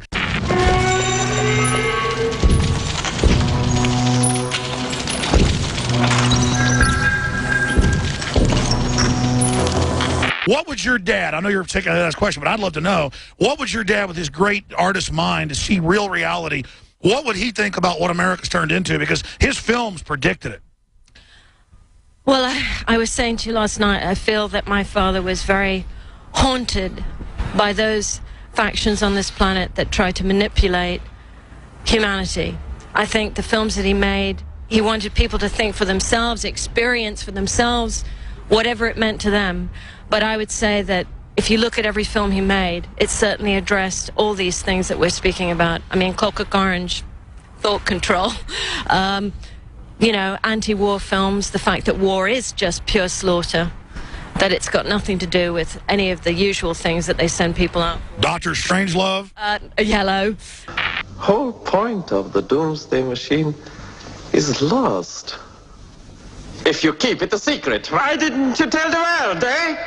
Any other final points you'd like to make? Because those are really a lot of thought-provoking things you're saying. I believe there's an awakening happening. I see it. The system's scared, and so that's why they are really trying to suppress us.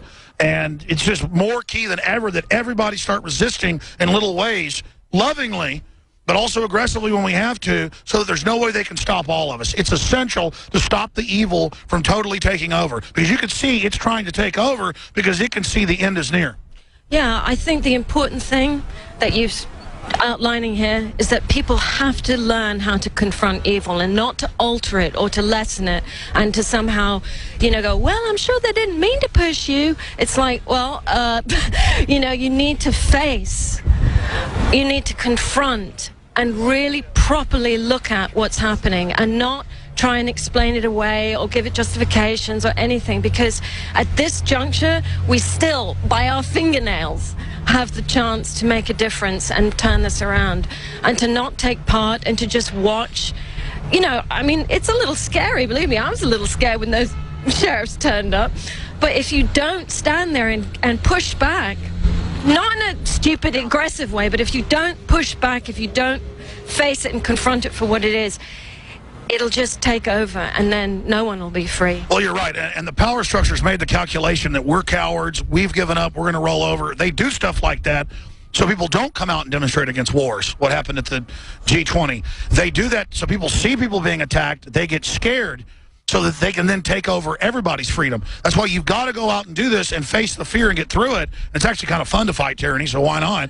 So that they understand that they've miscalculated and that it's going to backfire. But tyrants always miscalculated. Even though they have this mind of God, Google, NSA spy grid, they're not gods. They can't read that info because they're so evil. How could they, who are so unenlightened, ever think that they could read all the data they're getting? Because the data only shows that their system's already failing.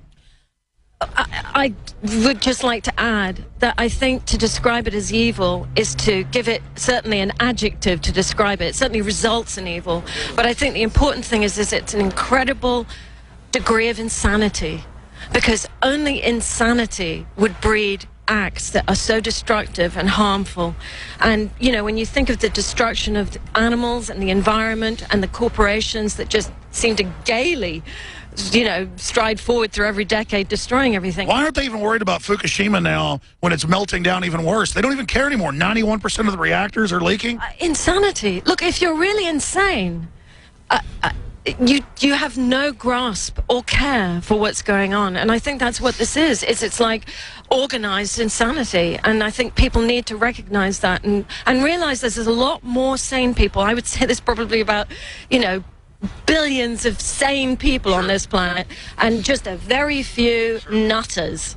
And it's those nutters that have to be regulated, because obviously one can't just sort of like blow them off the face of the earth, which, you know, I wish a couple of angelic beings would come along and go, ooh, you're really crazy, right, off the planet you go. But those bad guys are here to test us. I've no idea, but what I would really like is regulations and laws, because those work pretty well. Right now, we've had those laws and rights and the Constitution blown away by the, you know, Patriot Act. That's right. They've gotten rid of the good laws and put in all the tyranny. Right. And I think that we've got to try really hard and pay attention and spend an hour maybe every day looking online and, hey, let me help you. And actually, you know, do your research. Well, you know what you're doing with that equipment. I do, but that was just a cable. Anyway, I just really implore people to really just pull their finger out and do a little bit of work. That's your job now. Yep. You know, it's a new job. Yep. It's not enough to be a citizen, because there's too much organization to dismantle your position as a citizen. You have to do something different now. What? Oh, that's key. They're trying to dismantle our real citizenship and our machinery of freedom. And so what do? I think we actually have to take on, and this is the hard part, everyone, you're going to have to operate using your own awareness, your own, you have to think for yourself, and you have to dig down deep into your soul and work up enough courage to do things about it. Even if it's just you sign some petitions, you listen to Alex, you know, for instance, The Guardian, what's his face, Granwell. I mean, that guy... They may arrest him when he gets back to the U.S. I don't know what to say other than it's just so insane. Everybody should be rallying around him. Yes, absolutely. Edward Snowden, I love you. I think you're an incredibly brave man, and anyone who says you aren't that you aren't patriotic, well, you're not thinking for yourself if you say he's not patriotic, because he's actually...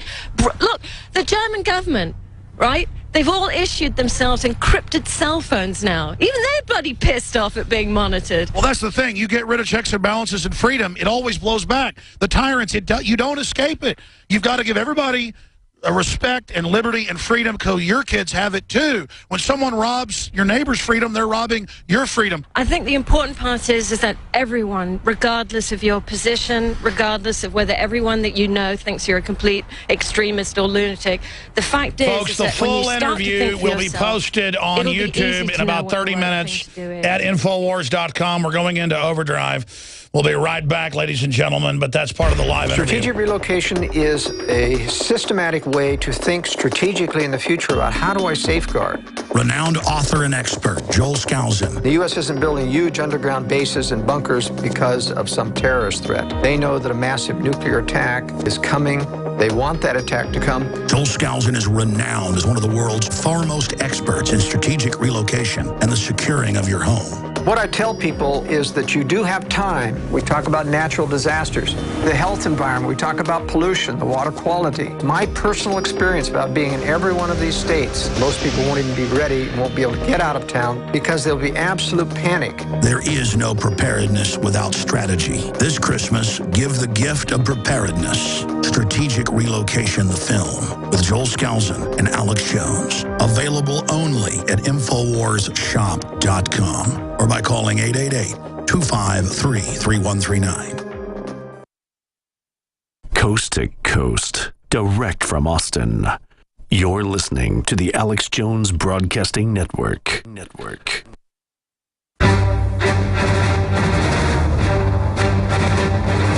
Big Brother, mainstream media, government cover-ups. You want answers? Well, so does he. He's Alex Jones on the GCN Radio Network. And now, live from Austin, Texas, Alex Jones. All right, if you just joined us, we just aired most of the Vivian Kubrick interview. I had told the crew to cut almost all of me out because I've been on the air about 4 hours at that point in the freezing cold. And when I get tired, I really start going, because that's like how I say, But we're going to put that out on YouTube in the next 30 minutes at Infowars.com and PrisonPlanet.com. If you're a radio listener and want to be able to go see it in high def, we'll have that interesting interview and also some more of the high def footage of the police attacking us that no one's seen yet. That will be posted. That had aired live in overdrive, but just the audio. And it had been breaking up some. So it's high def audio, high def video, premiering that here of that interview. And if I can ever get her to come to town and talk about all the other stuff and all the amazing Hollywood stuff. She was telling me about how she tried to stop animal abuse in Hollywood. If you go to drudgereport.com today, that's like the top story is all about Spielberg again and animals dying or getting hurt on his movies. 27 animal deaths on The Hobbit. Hollywood Reporter, A Life of Pi, Tiger, damn near drowned, dog punch repeatedly in popular Disney movie, secret email documents exposed, Spielberg protected by cover-up, warhorse death, more. And man, she was telling me about, and that's on record, she did that about Spielberg and about animal deaths and just how they tried to cover it up. But so I can talk about that.